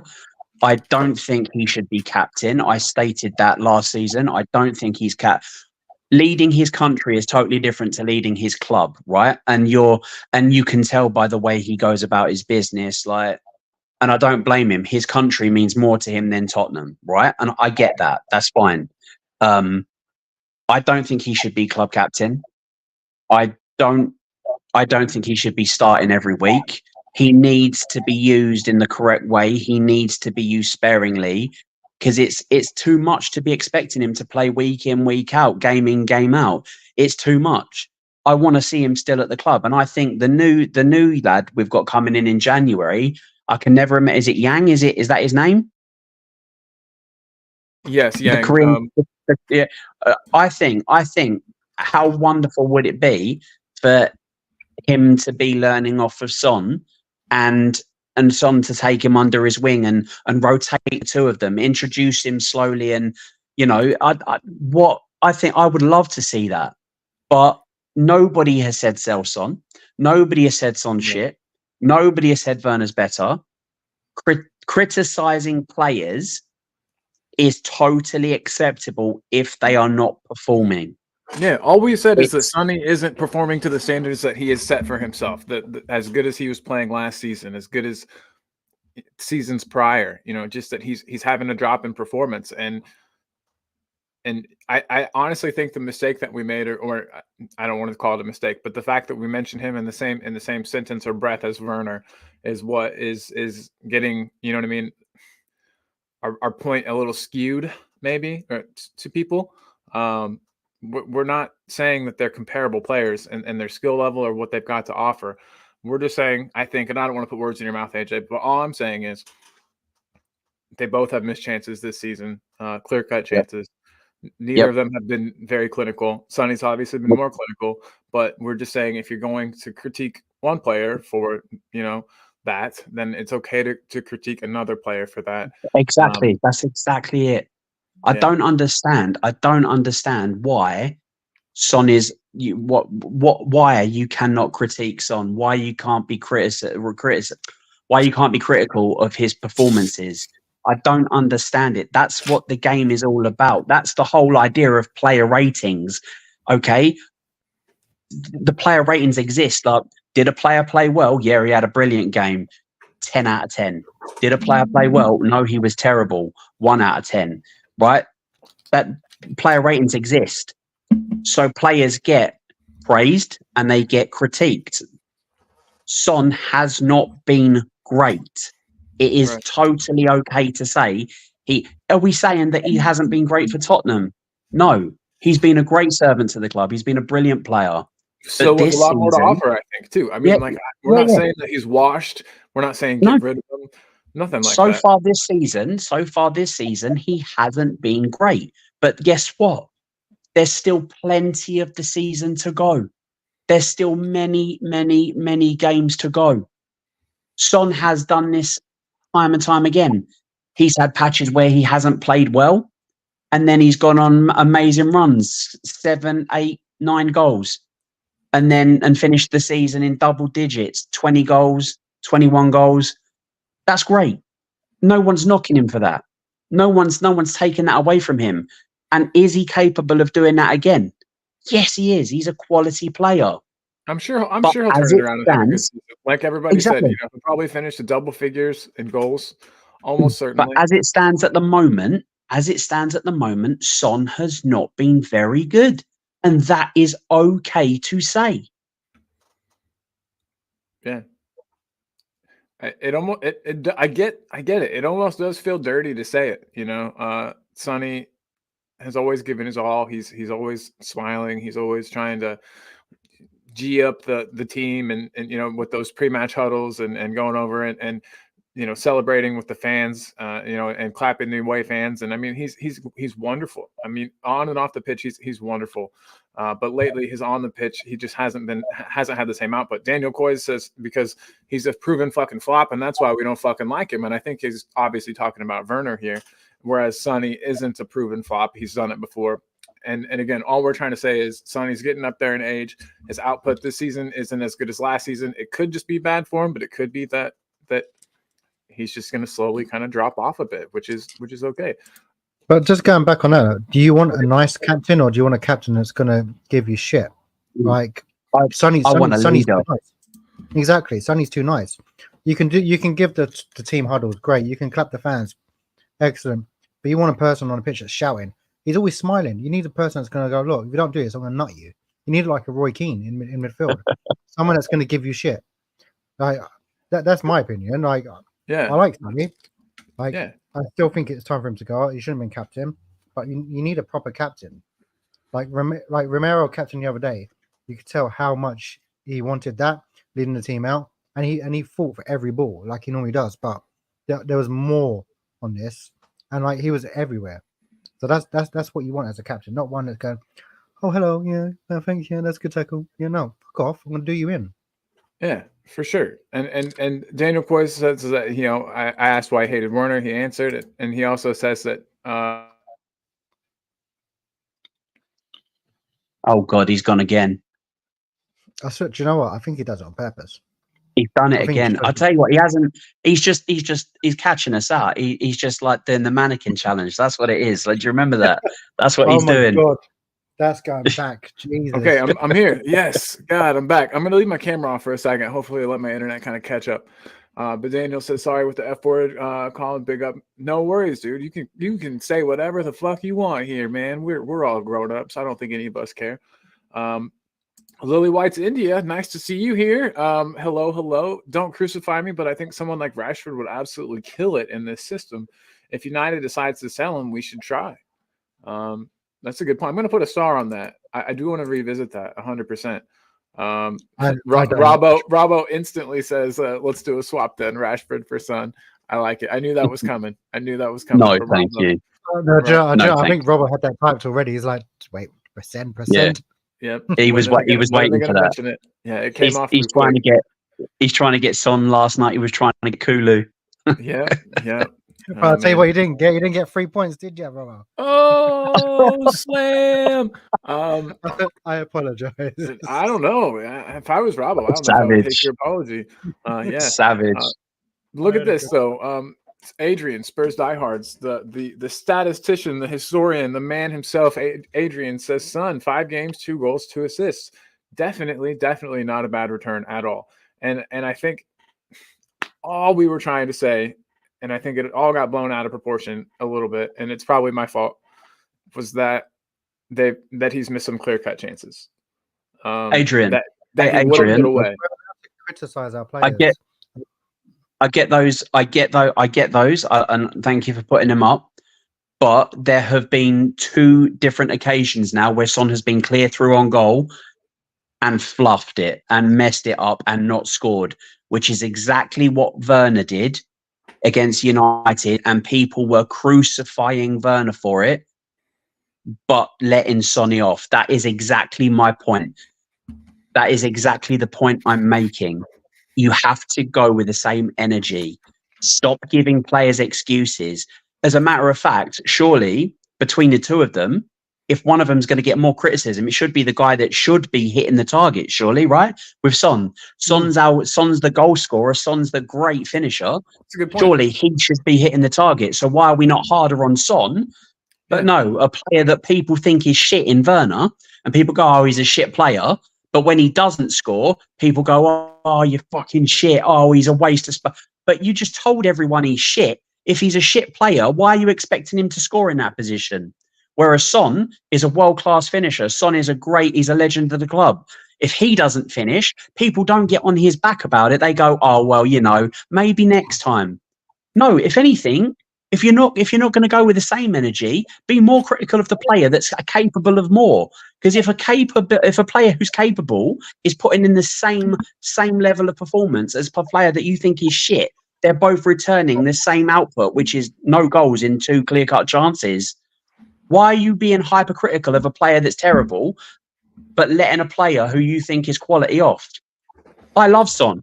Oh, man, me too. Just Me too. be fair. Sorry. Just be fair. No, AJ. I think what AJ is saying is basically, if you're going to slag off one, you're allowed to slag off the other. So that's what we're allowed to do that. Yeah, But I didn't mean to cut you off, AJ. It genuinely, no, it's fine. It just, do you know what? I'm not even going to say anything anymore, because sections of this fan base are pretty much saying that Son is beyond critique. That Son, you're not allowed to critique Son in any way. If he doesn't score, oh well, never mind, because he scored before.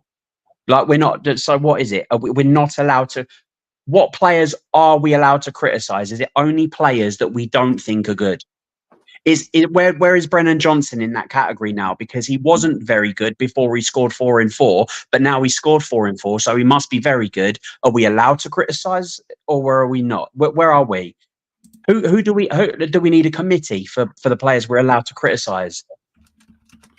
If you watch a game and you think a player could have done better in that situation, then you are allowed to criticize. If you look at a player and you think, well done, excellent, like Mickey van der Ven, when he decided to dissect the whole of the Manchester United team, go on a mad mental David Ginola-esque run, put in a brilliant cross, and we scored because Johnson was there to tap it in. Did anyone go, oh yeah, that was all right? No. Everyone was like, that's absolutely amazing. That was brilliant. Why? Because you don't expect that sort of thing from a centre half. If it was a winger, if it was a forward, maybe you'd expect it. Even then, they'd get praise for it, because you're like, well done. You've just taken players on. You've just crossed the ball. Great cross. We've scored. We're winning the match. A centre half does it. It's unbelievable. It's shocking. It's absolutely out of this world. And he got praise. He is still getting praise for it now. But if a player can get praise for something, the opposite to that is criticism. So if a player performs less than what you believe he should be, if a player is not taking the opportunities that fall to him, you can, as a fan, say, well, actually, you should have done better, mate. I think you should have done better. You're capable of better. You should have scored. Criticism is fine, regardless of who it is. Absolutely. No, I agree 100%. Yeah, no, I can't argue with anything you're saying. Daniel, bring up his. He says, so you're talking about the one where Sonny took it around the goalkeeper, which you're taught to do when you're younger. It's just when he took it around the goalkeeper, players were on the line. I don't have memorized the chances, but again, I'm not. Yeah, I feel like okay. And Onana made 2 good saves. Should Werner have lifted the ball when Onana was going to ground? Absolutely. If he lifts that ball, that's 2 goals. He didn't. On neither ball, on neither did he lift the ball. He hit it along the ground and Onana made a save. Son, yes, players might have got back in goal, but Son has the skill, and he has done it time and time again, to put that ball in a position where the player isn't, to slot it home. He's a great finisher. He didn't take that opportunity, so he fluffed it. So it works both ways. Once again, do you know what? I think we should move on, because Son cannot be. You cannot critique Son. You just can't. You cannot criticize. At least the people in this group are polite about it. Other people in other groups have been downright rude and insulting about it. But it's obviously a sore point. Son is a player that cannot be criticized by any stretch of the imagination. So we should just agree to disagree and move on to something else. That's just my opinion. No, I think you're Yeah, probably. I think it's right. But yeah, just come back on quick on that point. Yeah, people forget Onana did save those those shots, so he had a good game. The only player at Man United to have a good game, so it's like you said, it's 50-50. If he scored, great. If he didn't, it's a good save. So would some put them away? Probably not, because Onana was in the right place at the right time. So we're allowed to criticize as much as we want because we're fans. Yeah, exactly. And Robbo, I like Robbo's point here. No one's beyond criticism. The greatest players get criticized if they go through bad form. It's how you bounce back and prove you're still capable and can still perform. So Yeah, with that comment Robbo's done, look at Beckham, World Cup. Everyone wanted to kill him. Yeah. And now look at it. So now he's adored again. So players are going to have bad games. They're allowed to get criticized. We're allowed to do it as long as you don't get personal. It's fine. Let's do a little bit of gazing into the future. Let's pretend that we've got a crystal ball here. Will Mikey Moore start this Thursday? No. Thursday, Spurs Day. We're playing Ferencváros. I think I'm pronouncing that right. I'll never know. But Ferencváros. And there's the Ferencvárosi, whatever. Anyway, I'm going to stop. I sound like an idiot. Is Moore going to start? And you say no, Jamie. Why is that? Why don't you think so? I think he's going to go Johnson again. Slanky. And I think he's going to give Timo a chance. Again? You do? Even after United? Yeah, I feel like he's still going to give him a chance. And then Moore will come on at some point. I don't think he'll chuck him in straight away. Because I'm not too... obviously, I want to see Moore play at some point. You want to see more of Moore? I want to see Lancashire. That's the guy I'm craving to see. Yeah. That could happen too. That's very likely, I think, in this match because he's played a lot of football with no preseason. I've seen the players go on the plane, and there's loads of kids. He's even brought Sergio Reguilon. He's not even in the squad, just so he can train. So, but yeah, I can see Werner starting again, and then more coming on at some point. I don't think he's just going to chuck him in straight away. It's going to be one of those little processes, but I could be wrong. I have no idea. It's an early kickoff, so. AJ, do you think we're going to see a start? I know that we'll see him on the pitch at some point. That kind of goes without saying that we'll see Mikey Moore on the pitch. I think that we'll also see Will Lancashire on the pitch in this match, especially if we get a lead quickly or get ourselves up by quite a few goals. But do you think that either of them? I'll change it. Do you think either of them are going to get starts? No, I don't think either of them will. I would start Moore. But I think that's totally dependent on the lineup Ange goes with. I think he's being very careful with Moore. He's drip feeding him into the team, and he's not. I think he's wary of the how intense it is to put such a young player in the firing line. I mean, look at what Johnson went through. Putting a young prospect into such an environment when you're expected to, well, let's face it, we're expected to just win this match easily, right? We're not really expected to put in a hard night's graft. So if the worst happens and he's on the pitch and things are going to pot and we're a goal down, then all of a sudden the expectancy level on him is much, much higher. And if he's not performing, where do fans stand with criticizing? Are they going to get on his back? Is he going to be, he's just another flop, he's another prospect that can't handle the environment, can't handle like the physicality of a man's match. So I personally would like to see him start, but I think the only way that happens is if he goes with a strong team.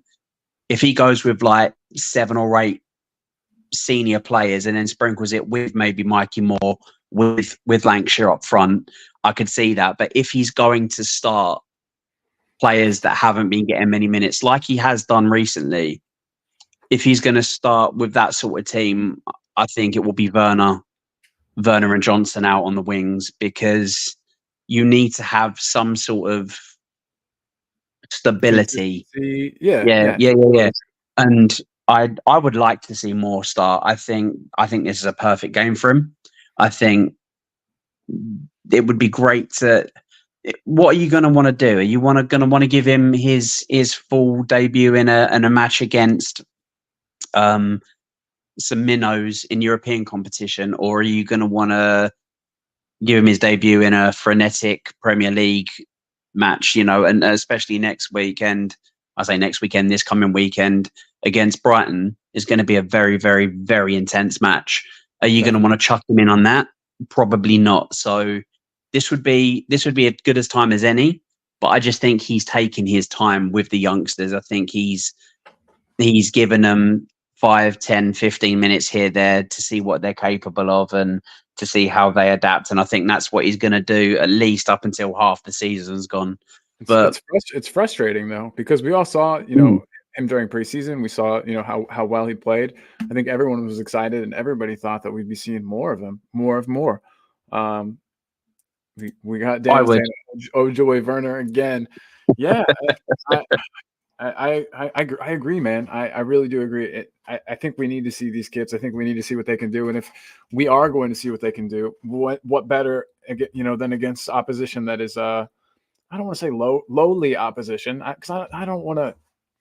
They might come out and smack us. I don't know. Sometimes, that does happen. But I think that it would be better, like you said, to put them out, and especially with this new European format. We could theoretically lose here, and it wouldn't be the end of our, it wouldn't be the end of the European campaign. So, do you put them in a game where there's less to lose? Do you start him in a game where there's less to lose? I think, I think it makes way more sense to start him on Thursday than to start him, in any match in the Premier League, really. I think this team are ranked lower than Karabag. I think they're worse than Karabag. I'd be surprised if they were rated higher. Really? See, I think someone said they'd play a high line as well, so it should be a good game. Yeah, well, Hungary. Johnny Bethnal Green here says Hungary, the home of the high line. Hungarian football, very, very important in kind of the formation of the game that we know today. Soccer grew a lot there. I'm calling it soccer, but football. There was a lot of growth and a lot of change and a lot of good things. A lot of the way that we play football now did come out of Hungary and some coaches there. So, they're currently top of their league. They played 6, won 6, scored 12 goals, only 2 against. Wow. Lily White's India, big up again, saying Solanke has been working his butt off. There's a possibility that Ange might start Lancashire. Not more, though, because we've seen that Ange ball intensity has injured all of the signings that we've made so far. Interesting. Well, shouldn't that apply to Lancashire too? If that's the case, wouldn't Lancashire be an injury worry, especially since he's coming off of an injury? I know that he's fit now, but he had a hamstring injury, I think, and that's like a recurring thing with some people. So we want to be careful. But they said Moore is just too young, in their opinion. Big up. What's the age difference between Moore and Lancashire? I'll look it up. I think 3-4 years. Oh crap! All right, well that's pretty big. I think Lancashire's 21 and Moore's 17. 17. Yeah, shit. Okay, cool. Well, damn. I thought they were closer in age than that. That does make a difference. Jay Ashap asked if their manager is in jail. That's funny. That's good stuff. No, I don't think so. But if he is, then we got to put out our strongest team. Daniel's saying the best way to get through this is to get the wins early in the competition and then rest basically everyone from match week 5. That's a good point. So maybe you're saying, Daniel, from then you think we'll see more of the kids. That makes sense. It's just a shame that Alderbert's still out, because I think he's been said for 6 weeks now he's going to be out for. Oh, was there an update on his injury? Yeah, it's like 6. So he misses about 7 or 8 games or whatever it was. Sucks. I don't even remember how he got injured. It didn't just look very went bad. Yeah, he just went down. Those are the worst usually. But the problem is though, because obviously you're playing at high intensity with Ange. I think because you're running so much, you're gonna do your hammies in. Yeah, it makes sense, especially young guys like Mikey Moore. You know, he could do it because his body isn't super, fully developed yet. Not done growing, not done developing. So yeah, was one of our own Arthur Rowe that taught them a lot about football. Sweet. See, I knew there was some importance in Hungary. There's a book, an audio book I've been listening to, Inverting the Pyramid. Pretty cool. I need to get back into it though. Jay Ashraff asked if there's any news on Bentancur's ban. No news is good news, and so far, no news from what I've heard. You guys heard anything different? No, I saw something yesterday, but I didn't really read into it. I think they're waiting on some certain things. I think they're trying to use it as the international kind of ban. That's what I saw, but I didn't really read too much into it. Yeah, the latest article I can find is Football London from 5 days ago. Says he faces prospect of additional ban as Tottenham wait on FA charge verdict. What more? Rodrigo Bentancur could possibly be handed an additional ban as the Tottenham Hotspur midfielder waits for the verdict. Hold on. You guys can, I just want to see. Midfielder has the opportunity to accept or deny the charge. If he accepts, the commission will go on to decide the sanctions. If he denies it, the commission will then decide whether to uphold or dismiss the charge. And if it's the former, they would also decide the sanctions. I'm not going to really get into much in the Bentancur thing because you can't do one without the other. Enzo Fernandez. Yeah, I just think it's ridiculous. I think the idea of a ban, especially at club level, is pathetic. He made a stupid statement. To which he immediately apologized. He went and spoke to Son personally and apologized. Son's got no issue. Bentancur's got no issue. It's done and dusted. It's squashed. But if anything, it happened on international duty, didn't it? It happened whilst representing his country. Yeah, something like that. Yeah. Why is it being brought to the domestic level? If it happened on international duty while he was representing his country, if there is a ban, why is it going to be for his club? Why is it going to be penalising his club? Why not penalise the man playing for his country? First of all, I just think a ban is absolutely pathetic, especially when the likes of Enzo Fernandez there's not even a mention of a ban, and what he did was much worse. I'm not even going to just absolutely ridiculous. But it's two-tier policing, isn't it? It depends on what club you play for or what club you own, whether you get sanctioned or not. It's pathetic. No, I just don't understand it. But do you see what made me laugh was that when Spurs did their team photo, have everything. They're the only club I've seen that's done that. I haven't seen anyone else. Wait, what did they do? Sorry, you cut out for me for just a second. So they did their team tour. You know, when they did their team photo, they're all in their suits and whatnot. They had like their no room for racism. Yeah, I think they're the only club that did it because Sonny was holding up like the red card to racism, and obviously Bentancur was just behind him. But I didn't see. I've not seen any other club that have it that done it. Interesting.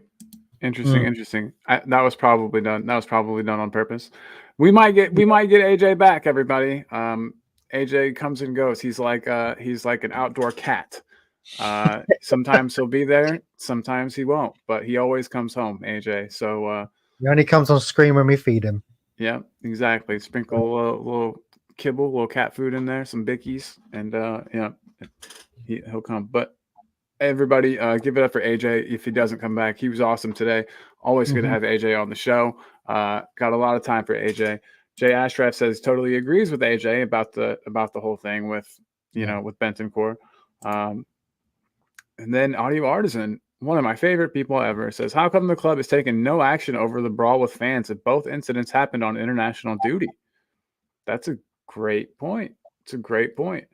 And then Nick saying, yeah, Sonny and Udogi aren't available for tomorrow for sure. And Nick, did you hear? We heard about that too, but we don't know if it's just that they're not traveling or if it's through injury. Is it? I mean, I assume it's injury just because of the two people named.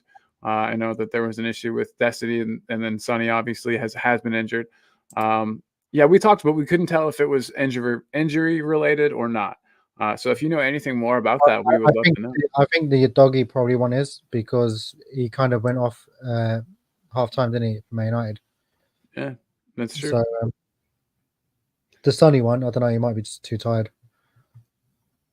I will say I'm not particularly worried. I do like the look of Jed Spence on either side.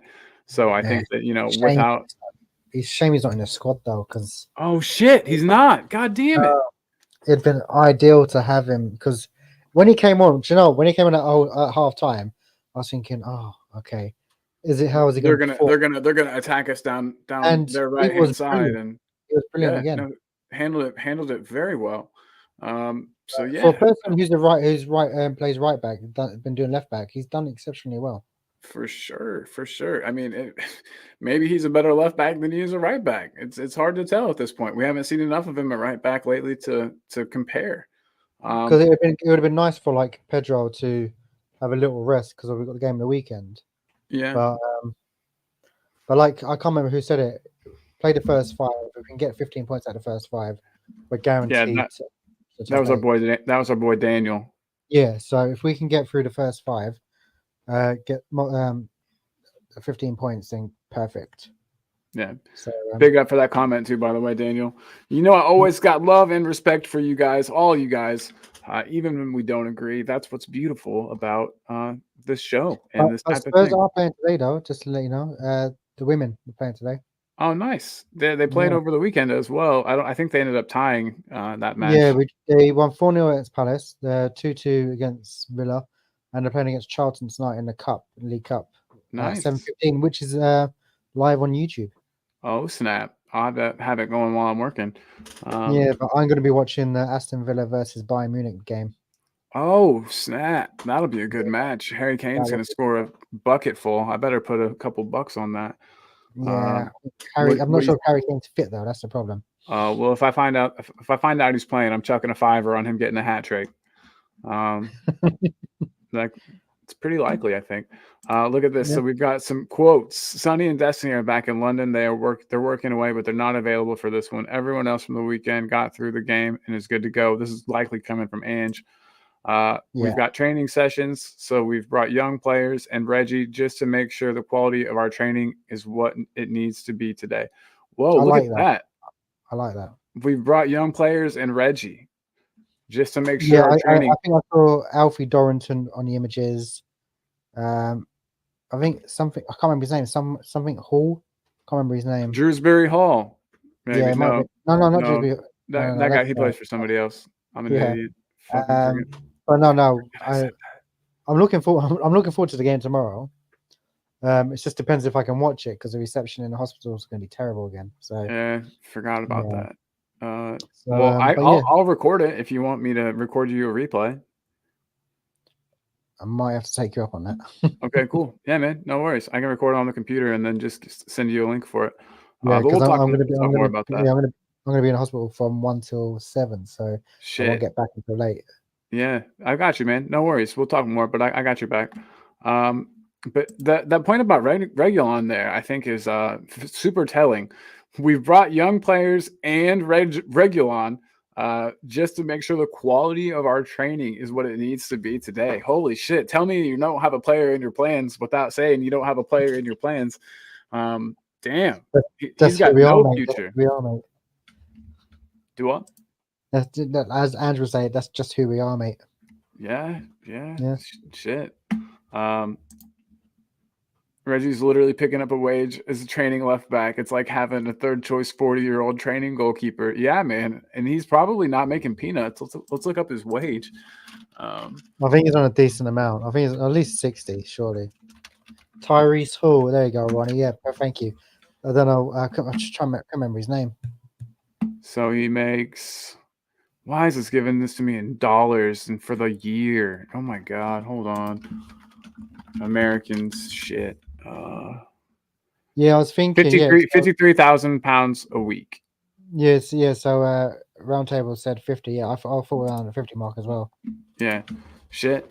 That's a lot. That's a lot of money. Just to go and kick a ball around. Ah, No pressure. No pressure on him. It must be nice. It must be nice. What did he do? He seriously was. He's not a bad left back in my opinion. So something he must have the worst attitude ever. If Spence can turn it around and convince people, that he doesn't have a bad attitude, I don't know. yeah, but I think it's just with like Jose got him in, right, and then kicked him out. But I think he's good at going forward, but he just can't defend for shit. Yeah, but people say the same about Porro. He's good at going forward, but can't defend.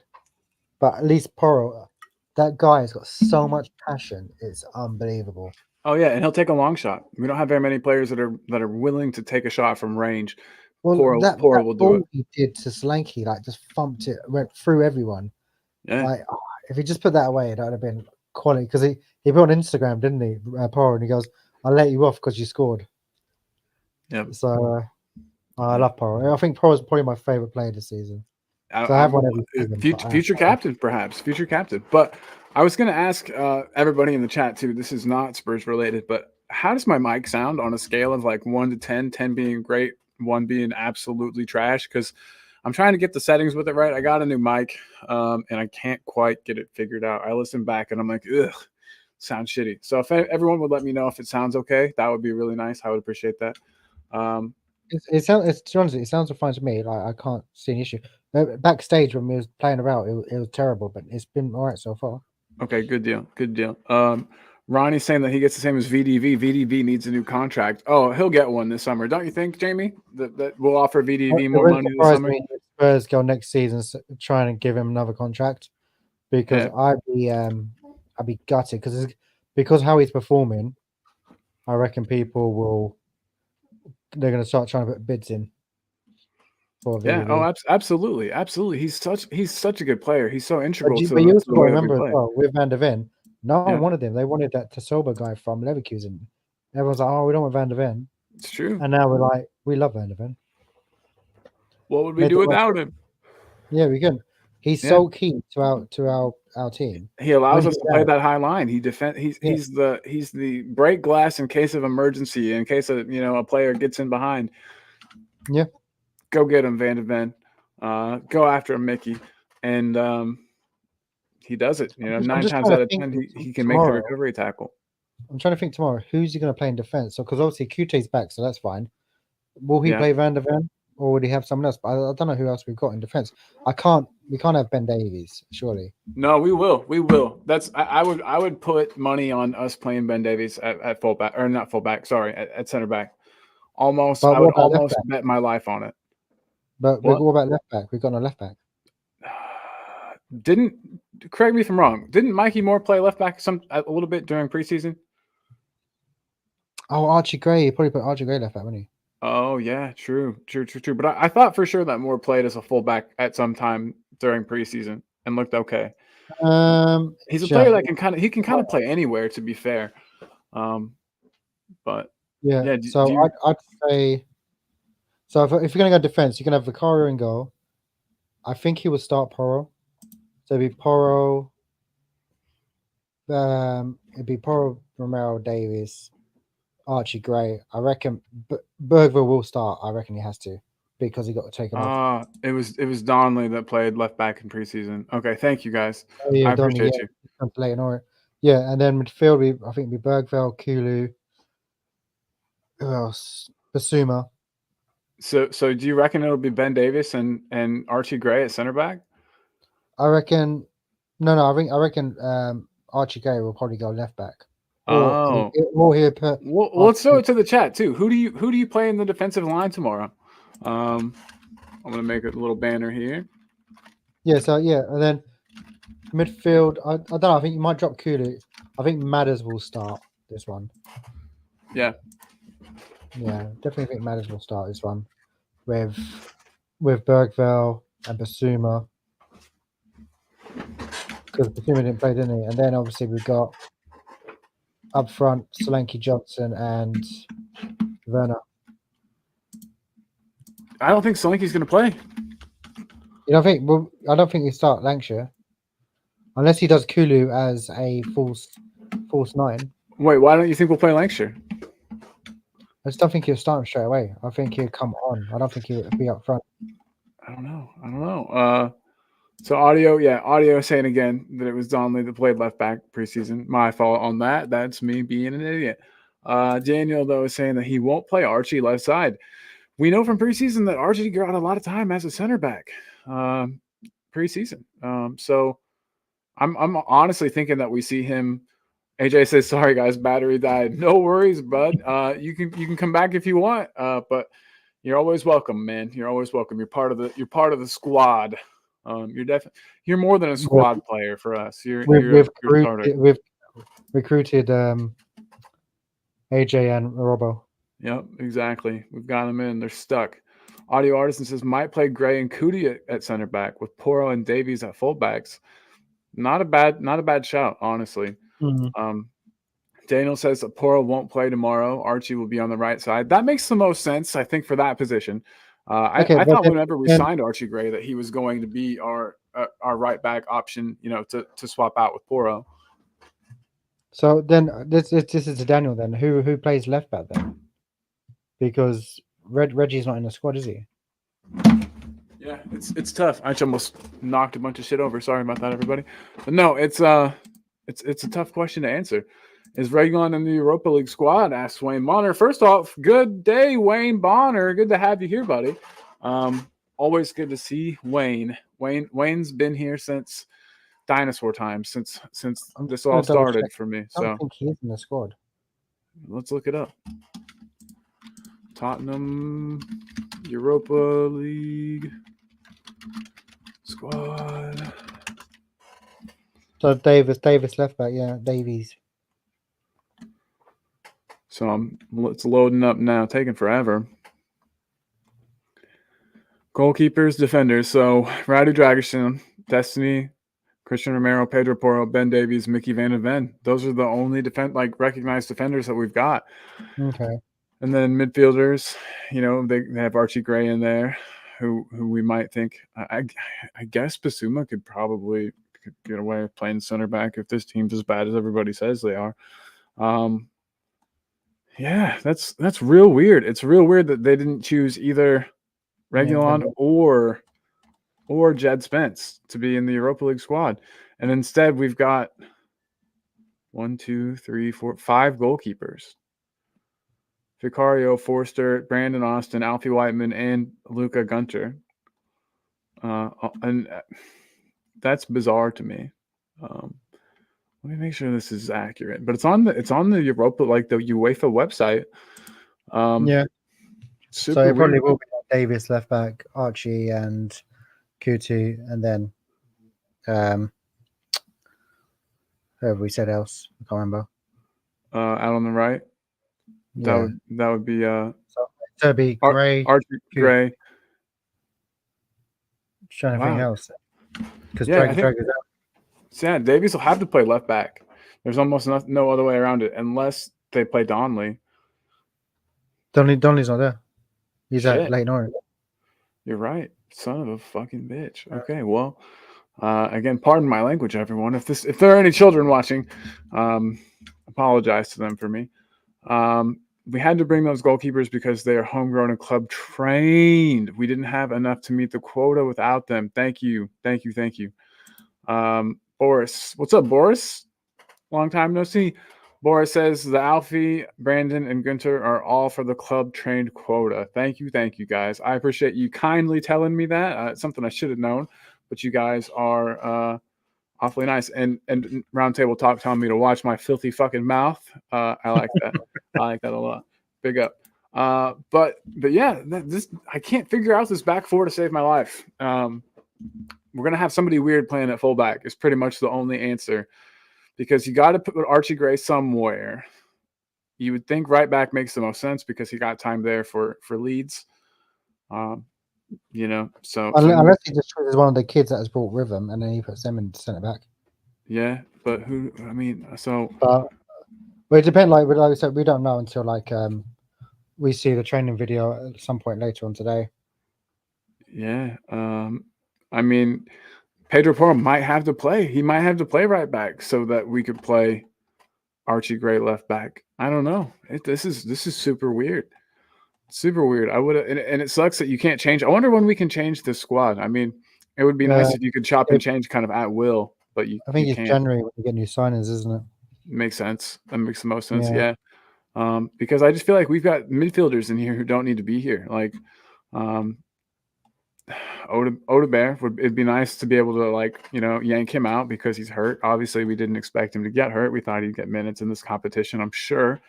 I think if he wasn't injured, he'd 100% be starting tomorrow. I think it's interesting that Timo Werner is classified as a forward, whereas Sonny and other players are classified as midfielders. That's interesting to me. Where Charleston's classified as a forward. That makes more sense. Yeah, very, very odd. It's gonna be a hard time predicting the starting lineup for sure. Boris says, from what I saw, we brought a lot of U21 today with us on the video clip, not just Lancashire, Gunter, and more. There were others that weren't registered. Okay, do you not have to be registered if you're under a certain age? I'm not sure. I'm not sure how it works because I think even Ali Gold was having some issues with it. Yeah, it's confusing to me. It's a bit confusing. Destiny 5, what up, Destiny? Big up, lads. So late. I think Poro will play left back with Davies and Romero center back. Well, then who plays right back? I'm so confused because we have no Jed Spence. Okay, so he's got me. He says it's probably the back four tomorrow. Poro, Romero, Davis and Gray. Oh, he's gone again. Yeah, I think Poro, Romero, Davis, and Gray. All right, I think that's what it's actually going to be. It's just a shame Jed's not in there. If you're under 21, you don't have to be registered. I'm bad. Gray right back. Sorry about that. I don't know how I have to work today. I gotta get this internet to work. What time do you start work? In like 50 minutes, just under an hour. Okay. Well, we can call it quits soon because I've got to go soon anyway. Okay, cool. Yeah, this has been a good show. It's been nice, kind of. I don't know. It was sort of controversial at the beginning. I like that. I like a bit of controversy. I know. I was going to say because obviously it got quite heated on the Sunny thing, which is fun because obviously it's good content and whatnot. But I feel like we should just do a show, keep or sell Sunny. Oh man, shit! They'd be like, unsubscribe. No. I'd want everyone to join it, so it'd be like a whole picture of TVs of people again. No, this is why we need to keep. Oh my god, have no moderation at all. Just let people go. Let's just go rogue. Right? Eat, sleep, Spurs, repeat. There we go. Boris, exactly. Eat, sleep, Spurs, repeat. Boris says Mickey on the left, Davies, Romero, and Gray. Since Mickey was on the flight, he could very well. If we're going to do that, then and I don't think you're putting them in order. That's how you wanted them, Boris. I think you were just naming the players, but because surely it would be Davis on the left, Mickey and Romero in the middle, and Gray on the right, and that's definitely possible. That's definitely possible. Maddie Kushner's in the house. What up, Maddie? Big up to you, my guy. Big up. Yeah, we're unfortunately we're getting ready to end, Maddie. But real quick, throw us who you think is going to play in the defensive line tomorrow, if you don't mind. We're trying to make sense of it just with the players we've got available. Keep in mind, no Jed Spence, no Sergio Reguilon. Who else don't we have? I mean, and then Radu Dragic can't play due to his red card. So it's kind of it's going to be a patchwork kind of a defensive line, and I'm sure we'll have plenty, to get this over the line, but it's going to be strange. Noah's in order since Davies has done great at center back for us. Sweet. Sorry, Boris, did not mean to put words in your mouth or to, you know what I'm trying to say. Sorry about that. So Mickey at left back, Davis, Romero, center back, Gray at right back. What do you think about that? Does that work? You think that works, Jamie? I think so. As long as we win, I can give a shit who plays in everywhere. It's So, very true. That's very true. And I think that's why in preseason. before we do go, I do want to get. Oh shit! I changed it right when you did. Predictions. Score predictions. Yeah, everybody, throw us in your score predictions. Next time Radu can play for us against Roma, that'll be cool. He's got some ties. He's got some ties to Italy. We found out talking to his brother. Definitely. If you guys haven't watched the interview with Alex Dragishin, please check that out. Do yourself a favor. It was real fun. We got a lot of insight kind of into their family, what kind of people they are, their lives. It was very fun. Alex was a super duper nice guy. And yeah, I had a blast that day, and hopefully everybody watching had a blast. And if you haven't seen it, make sure you do. Destiny 5, real quick. Maddie's saying what he hopes we'll see: Austin in goal. Shit. Davis, Dorrington, Romero, Porro. Dorrington, Romero, Porro. Bring on Porro, VDV, and Udoggy if anything goes wrong. What I think Angel pick: Forster, Davies, Van Ven, Romero, Porro. I like the crying after Forster because that's exactly how I feel. Anytime I see his name on a team sheet, I just want to it just makes me sink into my chair like this. Just So you're not like on the you're not the fan of Forest Club, no? You ain't got a membership. No. I don't like Fraser Forster at all. I've had an issue with him since that match last season against Fulham. Yeah. Yuck. Jamie, I would have done a better job saving those penalties. And I have same here. I have a degenerative joint disease, and I would have done better than he did. So he literally just fell over every single time. You guys were all there. You saw it. So slow as well. Terrible. During the match, I mean, he did do well to keep us, in the match. He's still dodgy. I thought, at least he would maybe command the box better than Vicario does, because that's one of Vicario's weak spots, but he didn't even do that very well. So Destiny saying 4-0 Spurs. Big up, Destiny. Maddie saying 7-0, which I love. And then realistically 3-1, he says.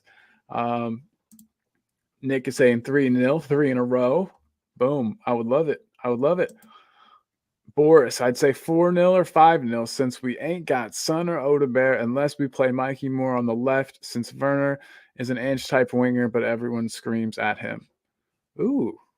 Boris, we might have to have you in our in a show in the future, because it seems like you just said something positive about Werner, and I like that. He is an Ange-type winger for sure. He gets to the byline and he smashes across it and for somebody like Lancashire, who I think could feed off those crosses, or Dom Solanke to put away. He does what he's asked to do. Maddie's saying he said that wrong. It's bad. No worries, dude. No worries. I think I knew what you meant. It was just the Porro and 2 Poros in a row that confused me a little bit, but all good, my guy, all good. And then Ryan G says 3-1 Spurs. I like how few of us there's quite a few of us that aren't confident that Spurs can keep a clean sheet, even against these teams in the Europa League. But I'm the same way, especially depending on who we play at goalkeeper. So I'm gonna say. So what's your prediction, Colin? 5-0. Honestly, 5-0. Yeah, I'm not no kidding at all. But that's in my mind saying that we're playing Vicario and goalkeeper, which we should. There's no reason not to. I know that you've got to keep your bench players happy, right? But goalkeeper isn't a position where you're going to burn yourself out. I mean, obviously, yeah, there's a chance of getting injured, right? Yeah. A slight chance. I wouldn't even say it's a particularly high chance, but there's a chance. So I guess from that aspect, I could see rotation, but a goalkeeper is a position that you should be able to, I think, just for continuity's sake, just to keep them on their, just keep them on form, keep them warm, just play the same keeper, just keep the Vicario in. And it'd be 5 out of 5 wins. Yeah. Well, so first of all, I'll ask you the same question, but also, who do you think we'll see as goalkeeper? I think Vicario will start. Hell yes. That's exactly what we need. 100%, 150%. But for prediction, I'm going to go 4-1 Spurs. 4-1? You don't think we'll keep a clean sheet either? No, because I was at the game when we played at Carabao and Davis is really leggy, and if he's in centre back, and it's not the same back four that we're used to having, I think we'll get one conceded. All right, I'll buy it. I'll buy it. Boris says, well, I'm always positive with our players, but I do also call them out when needed. But it's barely any games into the season, and if you've played as a goalkeeper, those are saves. Those are saves that are hard to make. Yeah, for sure, Yeah. man. That Onana had a decent match. We said he was one of the only United players that had a decent match. So yeah, agreed, Boris. Yeah, oh, he's definitely Man United's man of the match. Like, Yeah. it could have been a lot worse. For sure. We'd love to get everybody here. Boris, you're a member. Maddie Kushner, you're a member. Ryan, you're a member. And even if you're not, we'd love to have you on the show. We're going to do a member show this Sunday. Yeah, this Sunday before the match. We'll get more information out about that. But would love to have people come on and have their say. If you'd like to become a member, the link is pinned in the chat somewhere, probably at the very top, all the way back. But and I'll throw it up. But yeah, guys, if you want to become a member, definitely helps the channel out, helps us. Help me get a light so you guys can actually see my face. I'm either in the dark or I'm like glowing white, but I'll fix that. And yeah, so if you'd like to become a member, there's the link to do so. We're having our first member show, I think, as Two Sides of the Pitch podcast. We haven't done one yet, so the first one will be this Sunday before the match.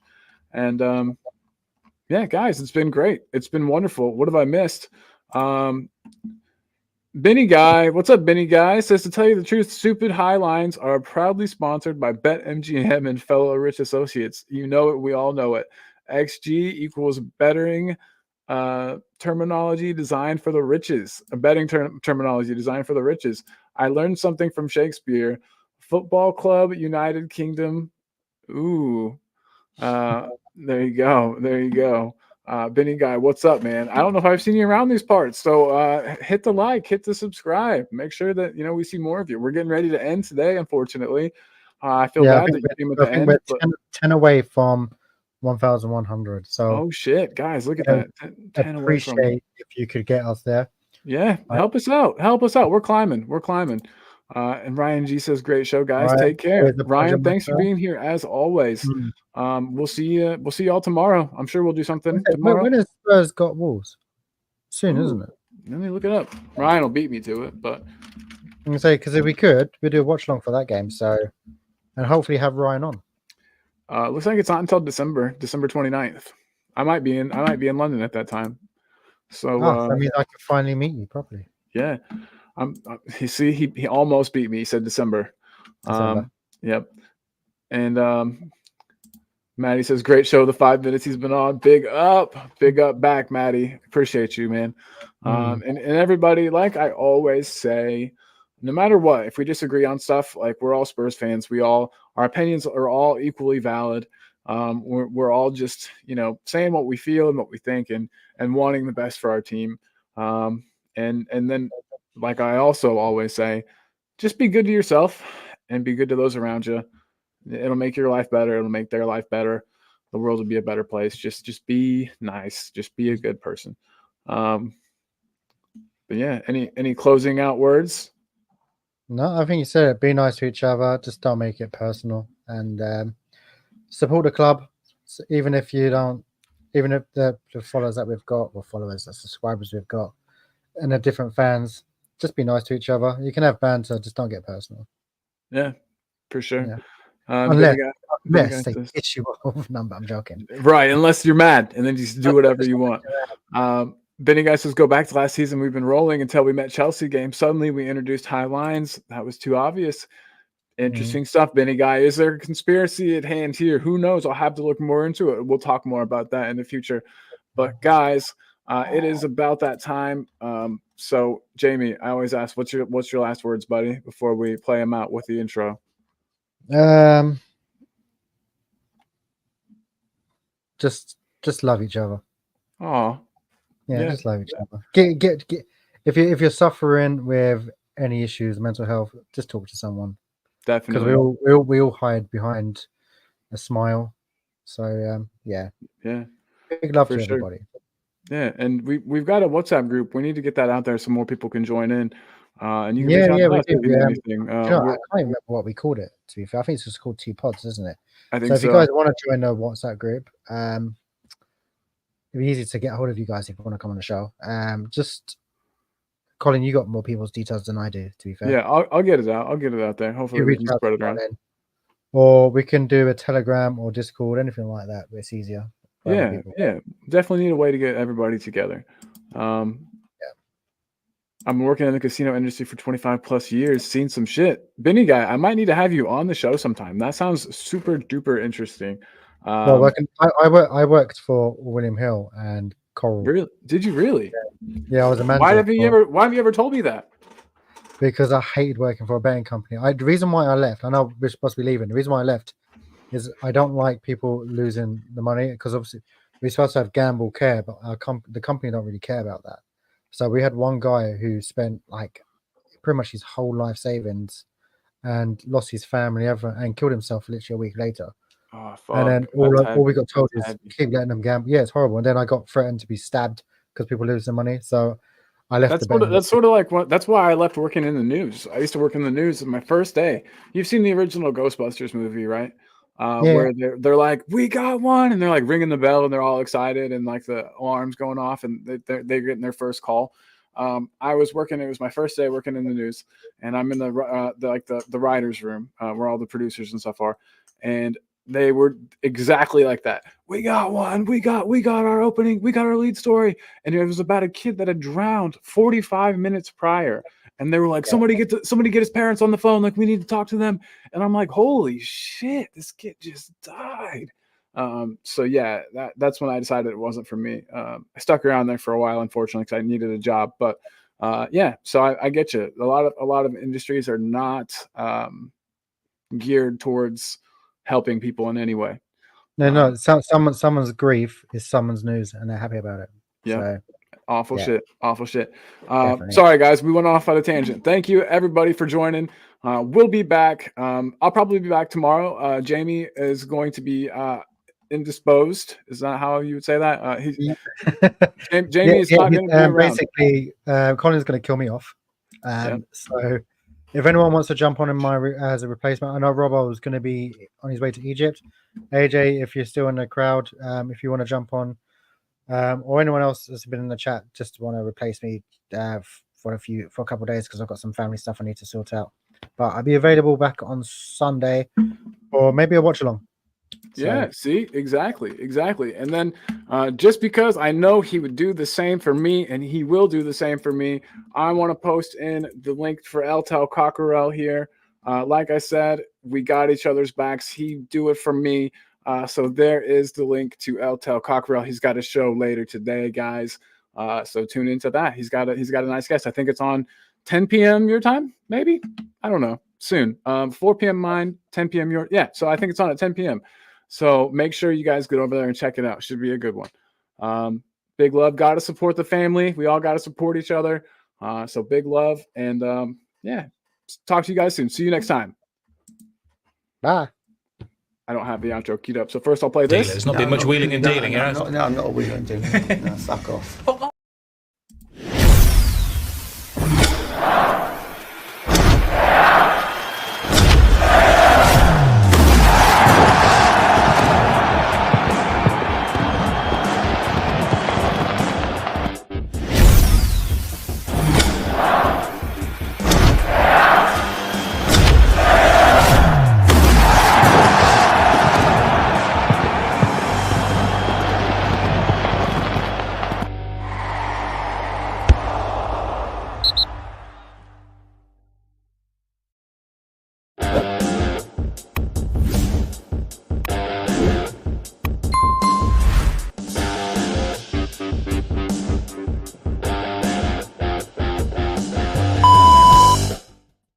Everybody, I just wanted to come by again and say I'm on a small TV. No, just kidding. Love everyone.